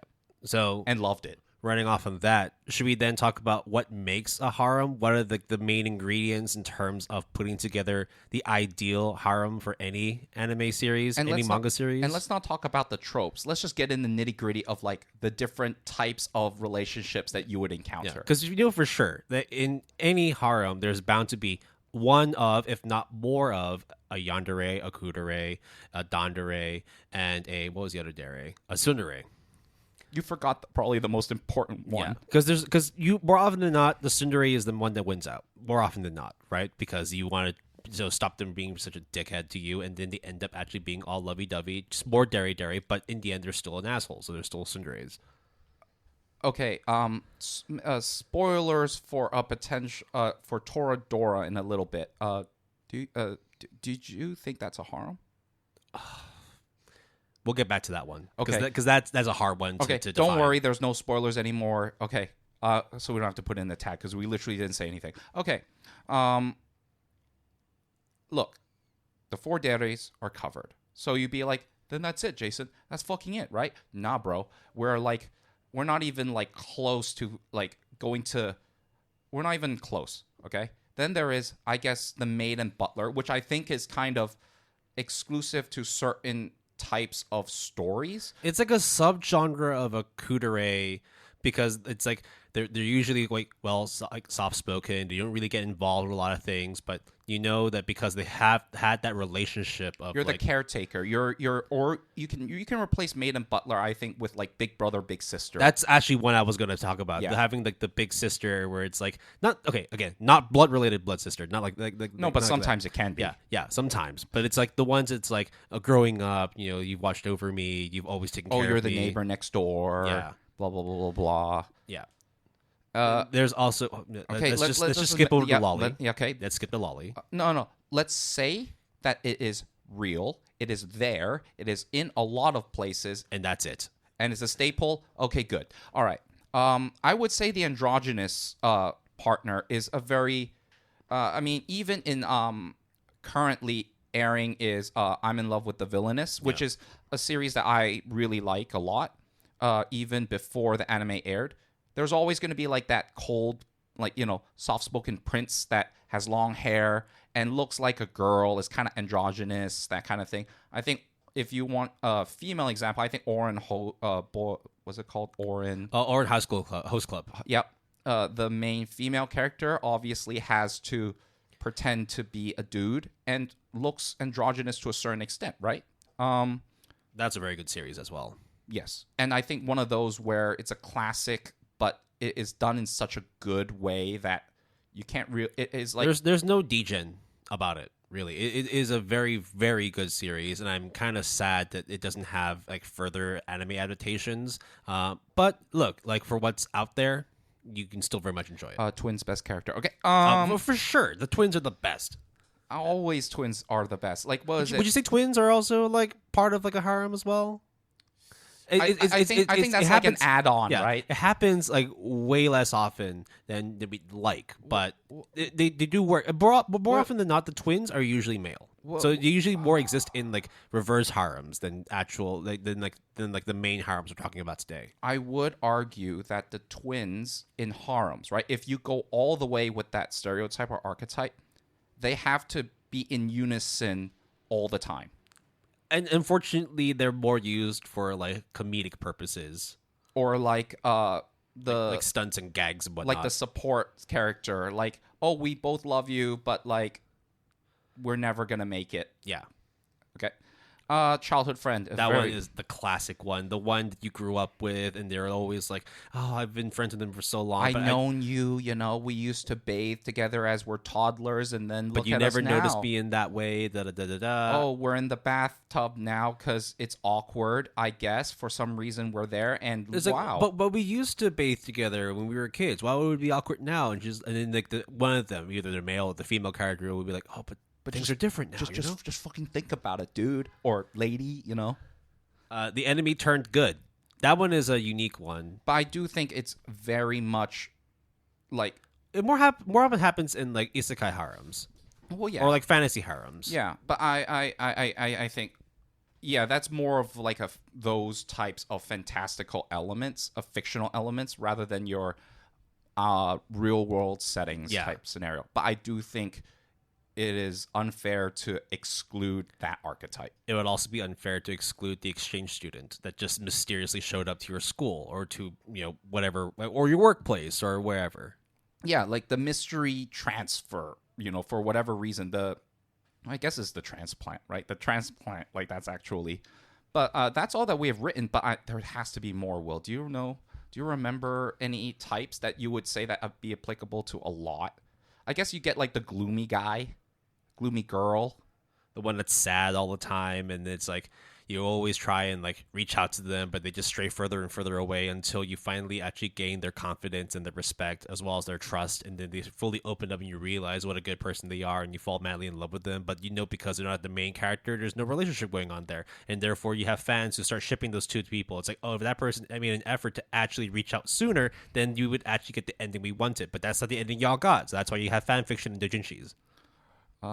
Will, do we need to stop the recording and talk it out, bro? You all right, buddy? No. I just think that, the ones that are sad usually need the most love and respect, and unfortunately they always get shafted because they get denied, right? Yeah, that's unfortunately the negatives that come from harems, where it's like Will is not speaking from real personal experience whatsoever.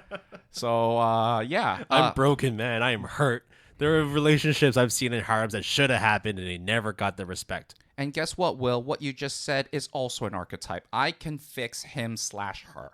Yeah, that's the one. That's the one where it's like, for a fact that or the misunderstood. This is a character that needed love and care and warmth, but because of the fact that there are other relationships that took precedent over this one, they never really or no one gave them any sort of because affection or attention. You would get like 6-7 episodes focusing on every other character, and then you'll have like 10 minutes for this one character where it's like, oh, not everything is broken and dark and gloomy. There's actually some good in this person, and all you needed to do was reach out and hold their hand or give them a pat on the back and whatnot. I mean, I think typically speaking in the genre, that character is like, I really love you, but not in like a romantic way, but in like I idolize you type of way. But I'm going to move on and like I'm finding real love because you have elevated me from the depths of despair into a genuine person that realizes that love can be attained or whatever, right? I think that this particular aspect, Toru Honda did that. I think in terms of like talking about like the different archetypes of characters that make a harem actually lends into one of the more positive criticisms of the harem genre, in that you get to see a main character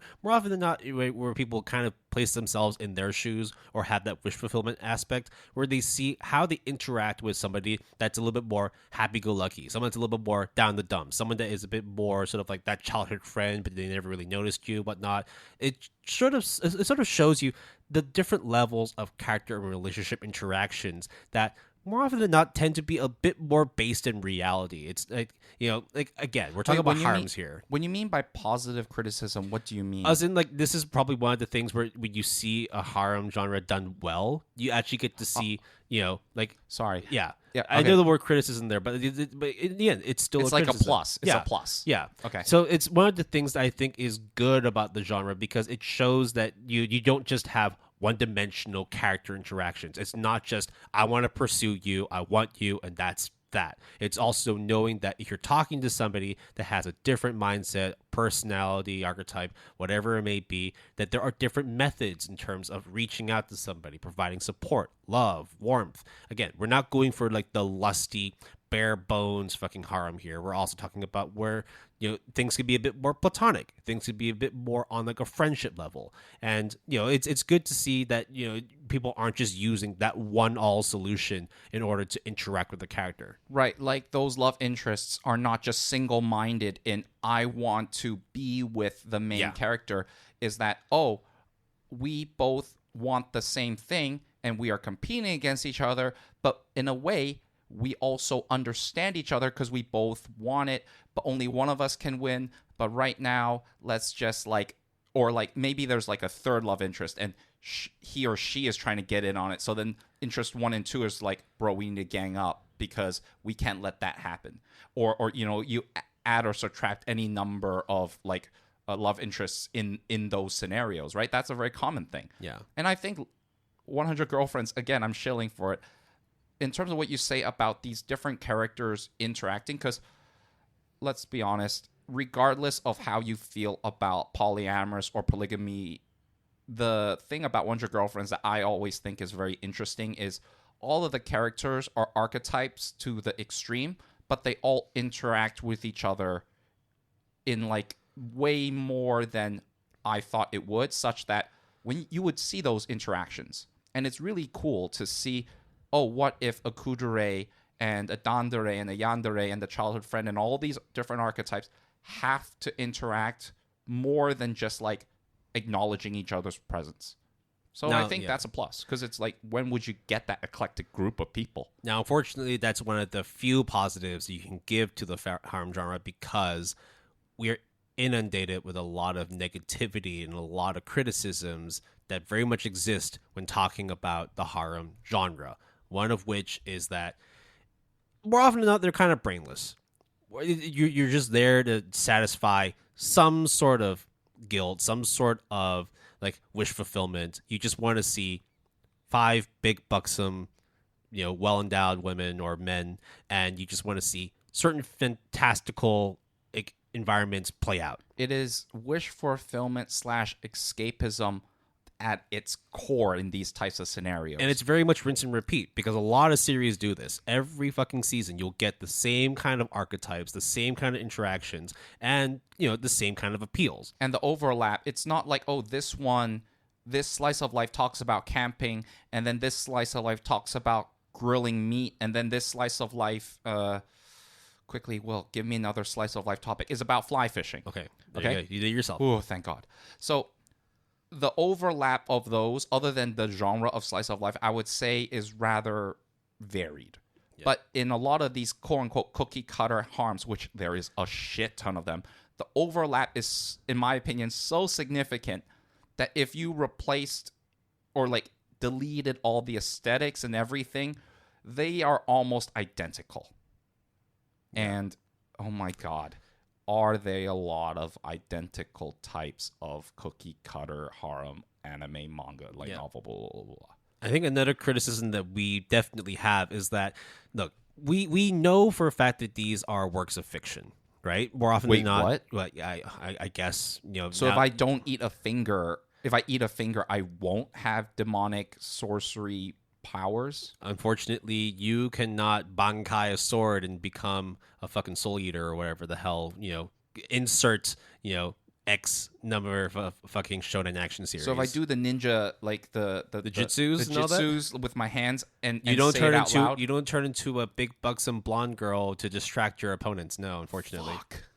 But what criticisms that definitely exist within the harem genre is that if taken seriously or taken in terms of this being a quote unquote realistic portrayal, there's nothing realistic about this shit. It gives you literally the wrong expectations of how to go about relationship bonding and actually seeking confinement of the comfort of a partner or partners. Right.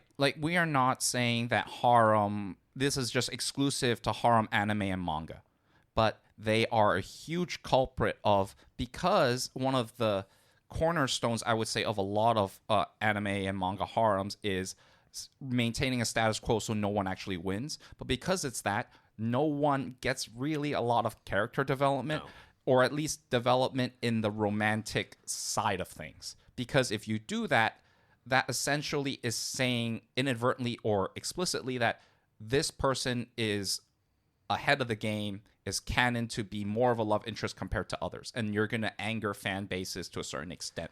And not everyone's going to be some Casanova where they can just, swoon people over and just, get them off their feet and fall in love with them. Because that shit's not real. Yeah. And Will and I mentioned it for our anime, pet peeves. I think we did, anime life lessons and stuff at one point. If you get your dating advice from harems, boy, bro, okay, first of all, no.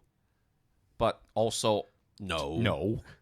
But the other thing is also, I think within, dating sims or even within anime harems and mangas, you cannot be the most generic, run-of-the-mill, uninteresting person and expect things to happen for you. And expect anyone of any type of relationship with you to be interesting and expect it to be handed to you on a silver platter.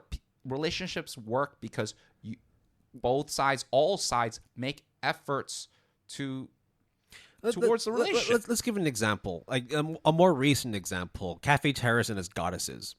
right? Yeah. You have all the archetypes there. You have some sullied fucking like mopey main male character who literally But he's smart. he's smart, but he also only does the bare minimum to gain the notice of the 5 women in the household that he lives in, and that's enough for them to put him in their good books. Legitimately, all he has to do is spoilers, know how to make a cup of coffee, know to not peek into somebody's changing rooms and whatnot. It's so degrading, to be honest. And that's enough, which is like, that is completely unrealistic because, again, like you said, there's no actual character development. All they did was just do something they're not supposed to do, and all of a sudden they've gained the respect of everybody in the household. Yeah, good luck trying that in real life and expecting the same results, right? So I'm not saying that, this all of a sudden means that people who watch Harems is going to have this mindset or knowledge, but it nonetheless is just this, I would say, rather negative and sometimes actually toxic kind of portrayals on all sides for you as a consumer, because you'd be like, that's just, what the fuck. If you do something with that kind of mentality in mind, I will be like, what the fuck, you're being sexist as fuck.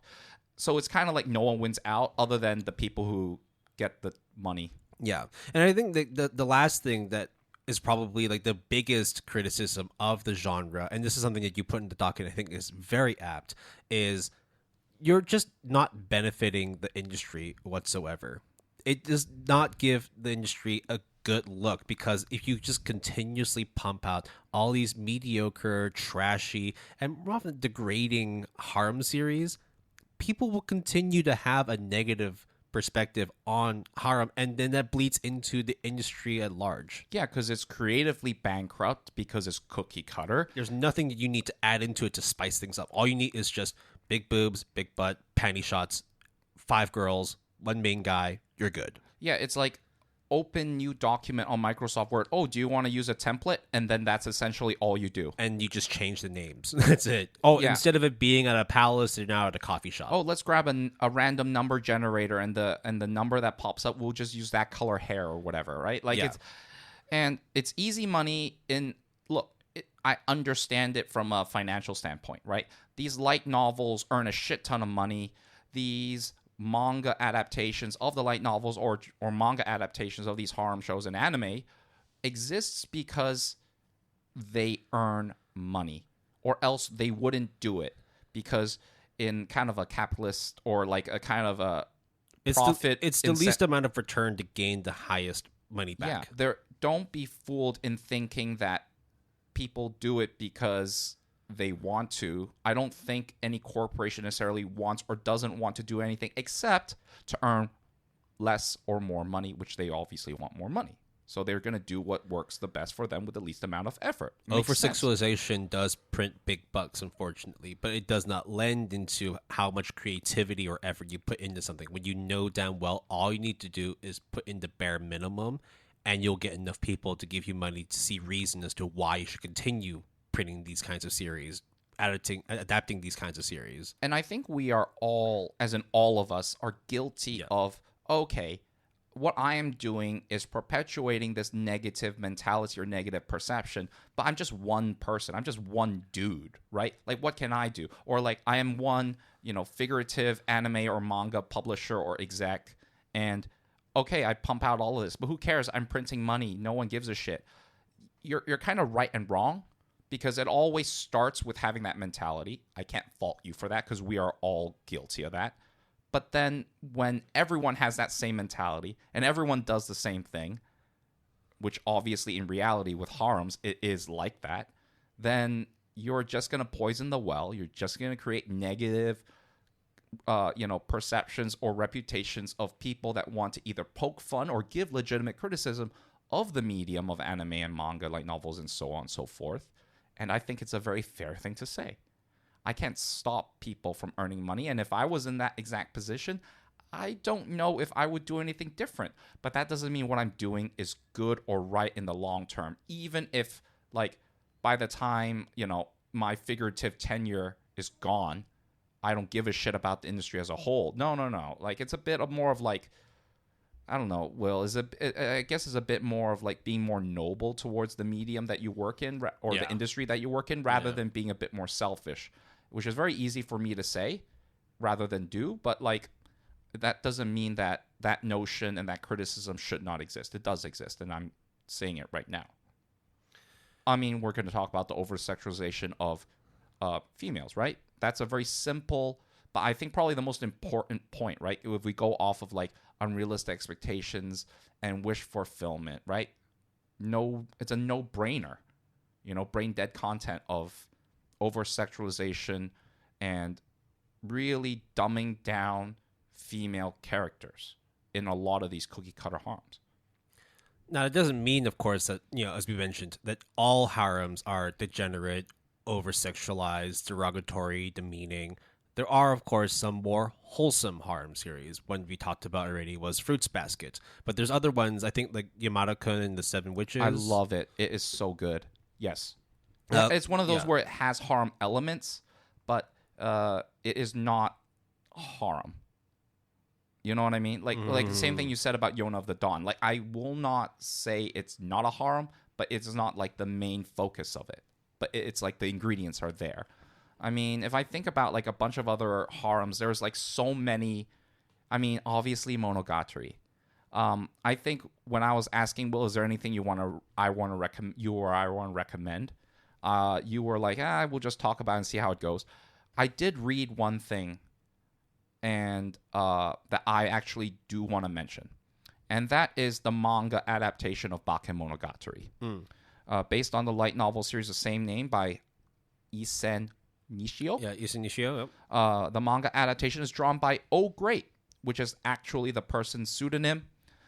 He's known for drawing and writing Air Gear and Tenjo Tenge, which is known as Heaven and Earth, or in Chinese, Tinser and Tinha, which I read growing up. Probably shouldn't, but hey, what you're going to do. Anime adaptation obviously done by Studio Shaft. And the Mal score has an 8.51, which is fucking high, dude. So I've been reading, we talked about Humble Bundle, right? Yep. As one of our manga avenues, right? And I realized looking through the shopping cart live when we were recording that I had a lot of Bakemonogatari manga that I haven't downloaded and put onto my iPad that I bought. So I did, and I read it. And I have to be honest, the art is fucking phenomenal by Oh Great. The story actually doesn't have a lot of the problems we have with Nisei Monogatari per se. Of course, it's there a little bit, but I'd say the art in the Bakemonogatari manga is phenomenal. And the use of black and white, because obviously it's black and white, but if you look at panels, or, you know, listeners, if you look at panels of it, if you Google image search it, is like really what do you call it? Like, it contrasts the black and the white, and it's so well drawn. I cannot emphasize this enough. It is so well drawn. The story also maintains a lot of the same elements. It's not as good as the anime, and I'm pretty sure it's probably not as good as the light novel, but it's like so good too. I personally gave it a 9 out of 10 in my book. I would prefer the anime, but, you know, that's the only one that I actually just want to mention outright. So then now we can move on to whatever we want to talk about. Yeah, because honestly, like, when it comes to actually recommending harem series, there's not that many that we want to recommend. Not because they're bad, but because I think a lot of them kind of just overuse tropes and more derogatory things that we don't necessarily want to push on the platform. Look, these tropes will always exist because that's just what the genre has made itself to be. And there are plenty of harem shows that Will and I watch, even like within the last year, that we were like, oh yeah, it's a pretty nice, good time of a show, but there's questionable parts in them, or like they're just a harem show but done better, right? So it's like a lot of trash at the bottom, and then a bit less like ones that we thought like are okay, a bit less that are good, and only a few that we thought are like more than the genre itself. I think one of the things is like Fruits Basket. I think Yona of the Dawn, probably Yamada. These types of shows, I guess quintessential quintuplets recently, are, although quintessential quintuplets is more obvious of a harem, is that when you break out of that mold where you are not sure if it's a harem or not, like I would even argue Monogatari is technically a harem, but it's kind of like I'm not sure, and you can make the case for it. Then there's also series where it's like, yeah, there are multiple people for one or two singular characters, but again, it's like, are they a love polygon? Are they a harem? Like, for example, like Honey and Clover. There's definitely a lot of different relationships going on there, but would you call it a harem? No, it's because of the fact that there's multiple people who like multiple people. It's never the same kind of pairings. In the same way, there also are some aspects of that with Along the Sea. The series that we talked about when we were doing our closet cleanup. There are some... Girlfriend right now is airing, and even though there is quote-unquote a harem in terms of the quantity of love interests involved, I actually would not consider it a harem, really. Explain. Because it's not about the typical thing that we talk about with harems. It's more of like, how the fuck are we going to get this to work? I think when people are, or shows or whatever, are just so upfront with what it is, in 100 Girlfriends or in The Girlfriend That Gives Me Goosebumps, it's just straight from the get-go, like, let's not waste your time. You know what's about to happen. Are you okay with it as a reader, consumer? Yes, good, let's continue. Instead of like the status quo thing of like cookie cutter harems. So I give extra props if that's the case, you know? Yeah. Now, I want to pose a question to you in terms of the harem genre itself. Yep. Do you ever see a series within the harem genre that will place itself as top 10 greatest of all time? Yeah, Fruits Basket. But would you consider that like a full-on, like, again, it's like, okay, how would we define it as a harem? That's true. You know? Like, would you consider, say, Splitting Hairs? It might sound like that, but that's kind of the point of this discussion and this episode and this question, right? Yeah, because if we're talking about harems, then you're also including stuff like Rent a Girlfriend. You're also including Kisses. Domestic Girlfriend, probably. Yeah. Yep. Okay. So, so instead of one having harem-esque elements, you're asking if there's one that is just almost universally considered a harem. Yeah. That is like, I mean, would Love Hina... Classic, but again, like, it's hard to place it as like a top 10. And it's not to say that it doesn't deserve its place. I'm sure there's someone that would love to have Love Hina as a top 10 anime, but it's like, in terms of having... I got it. High School DxD. Okay. That one for sure. Okay. I would not say critically top 10. But there's a reason why it's popular. But I would also say a lot of people in the scope of harems would always have High School DxD as a genuine top tier harem anime manga. I think Date Alive probably as well is known. Yeah, no. I mean, the fact that like Date Alive 4 that came out like earlier this year, last year, was like, it was pushing in 2. Would you consider Sword Art Online? Oh no, I don't think so. No, it's again, it's one of those sort of like shonen aspects where you do have a main character that there are people, especially like of the opposite gender, that fawn over the main character. But would you consider that to be a harem? That's like a very loose definition. But I see where you're coming from with that one. I'm trying to think, like if there really is very much like a quote-unquote like hardcore harem, right? Hardcore in a sense that is like genuinely through and through a harem that is like elevated to the point. I actually don't, and I'm not trying to look at any mal or anything. I'm actually not sure. Would you consider Akimeka Kill a harem?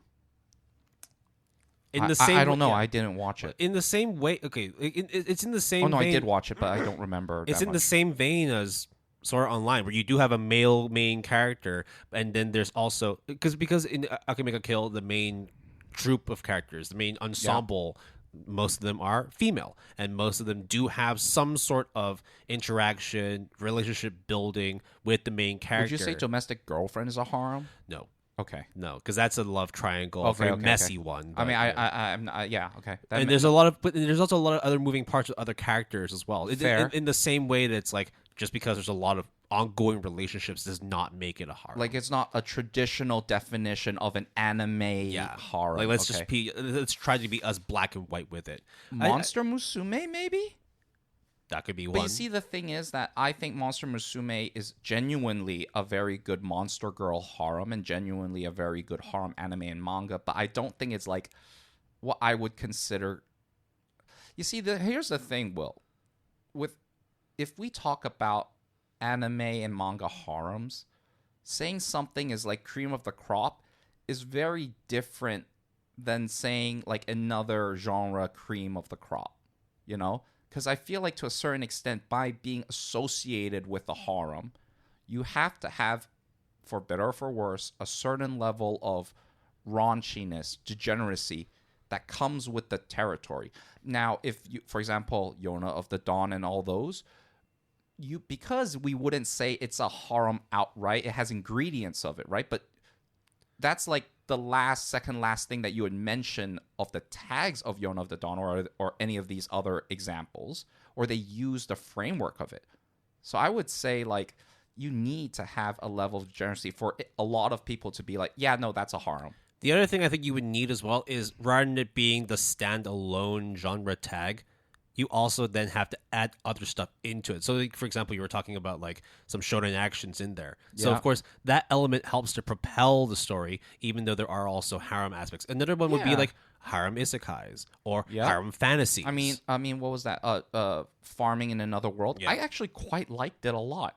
And there is definitely a harem, but there's also definitely a winner, quote unquote, right? Same with like Realistic Rebuilt the Kingdom, right? It's not defined fully as a harem, but you know damn well that there is a harem. That's because Is there a winner? Well, there is a wife, but then afterwards there are. Is it the blonde girl?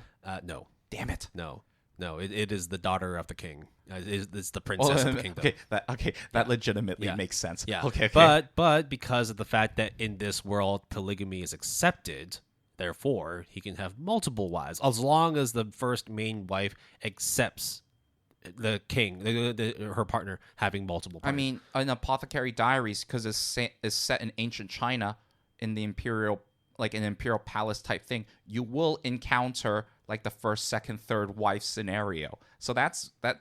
But that says nothing, even though that is a harm, that says nothing about the show itself, and it's not a mainstay other than, historically speaking, that's going to happen, and no shit. So it's like so tough. Yeah. But, you know, regardless of whether we can find a purely harem series that could be in the top 10. I do think harem will stay as like a staple rotation. It will never be something that you would not see in an upcoming seasonal slate. You will always see 2 or 3, maybe even 5. There's always going to be a season that has some form of harem showing up. And I don't think it needs to have like a specific series to be in like the mainstay, in the zeitgeist of like the greatest animes of all time, for it to still be relevant. Because of the fact that more often than not, these harem series kind of target the carnal instincts of, you know, people who just want to see some real degenerate wish fulfillment. Okay, before I get into are you? I think that's pretty much it. But, you know, we can go on about what we like and what we don't like about harems. But So yeah, before I get into the housekeeping script, I want to ask you a question and end on that question. right.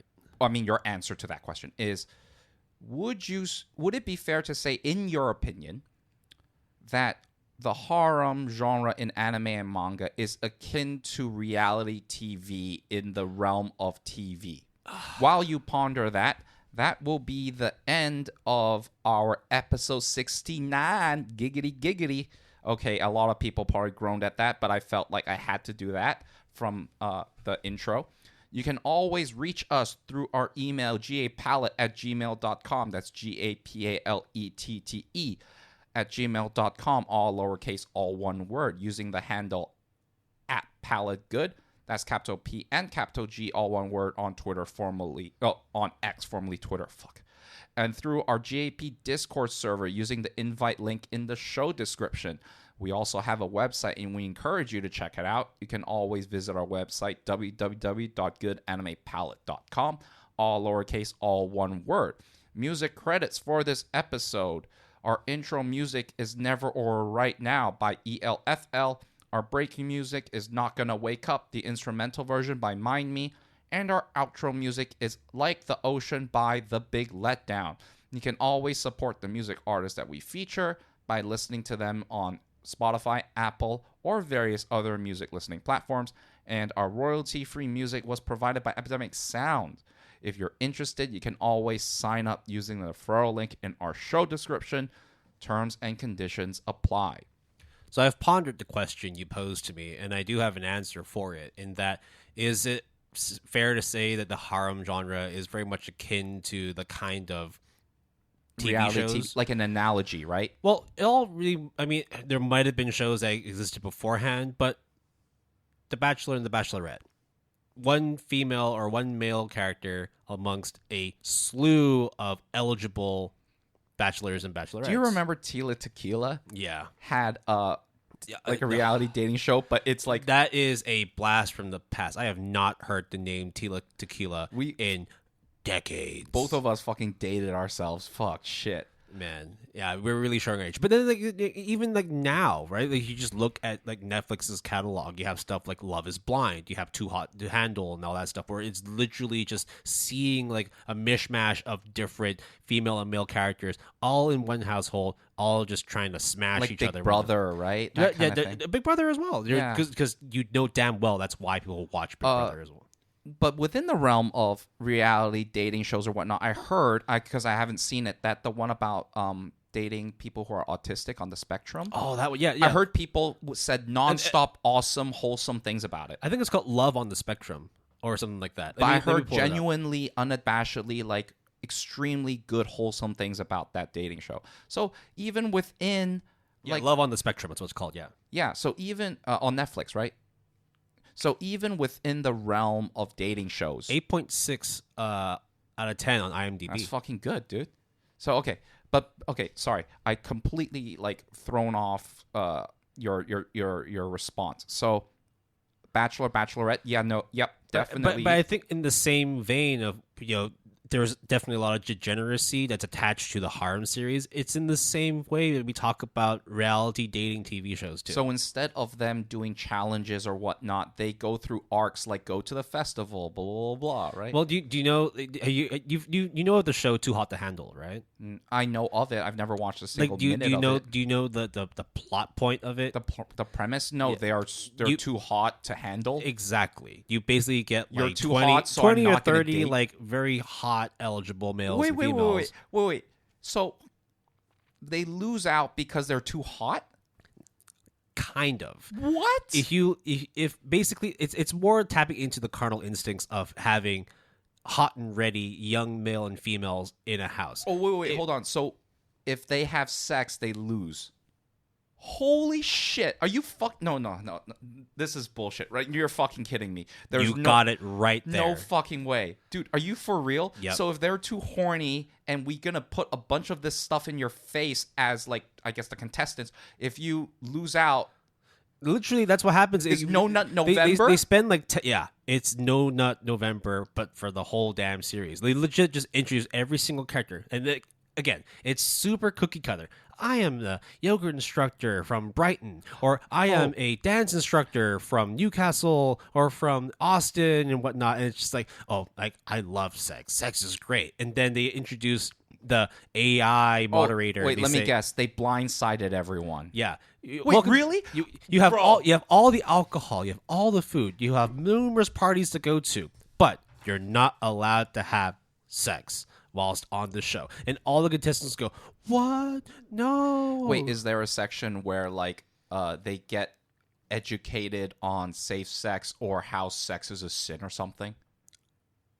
Dude, Bruh, you're asking like I've watched the show. I'm not watching that show. my mind is blown legitimately that consecutively I've nailed the hammer on the head. I think there's like multiple iterations. Granted, it's not that hard to because do that, there's yeah. like Too Hot to Handle. There's Too Hot to Handle Brazil. There's Too Hot to Handle some other country and whatnot, because they want to tap into different audiences who want to look at the same trashy, degenerate shit. In the same way that you do just have multiple flavors of the same fucking harem genre, that's We forgot the MILF.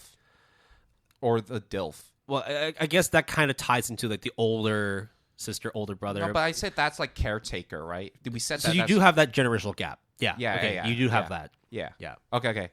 we have gone on long enough, even though this episode is a Historically, this is the shortest episode we've done in a while. No, it's not. Dude, it's not 2.5 hours. But, Okay, that's true. But I think it's like in summation of like what the genre of harem holds within like the anime fandom.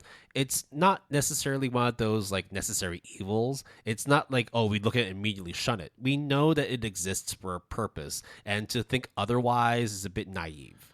Look, Will and I love anime and manga to death, ride or die.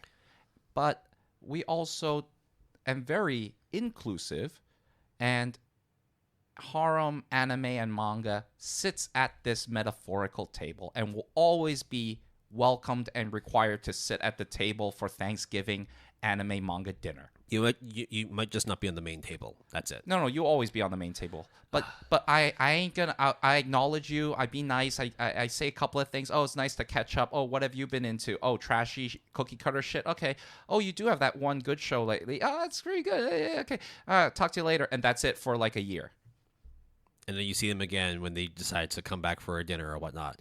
And then bring his or her friends, bro. We didn't want to do this episode just to bash on the genre because there's already enough bashing on it done by other people. There's none of that here. We are merely just talking about the good, the bad, and the ugly of the genre.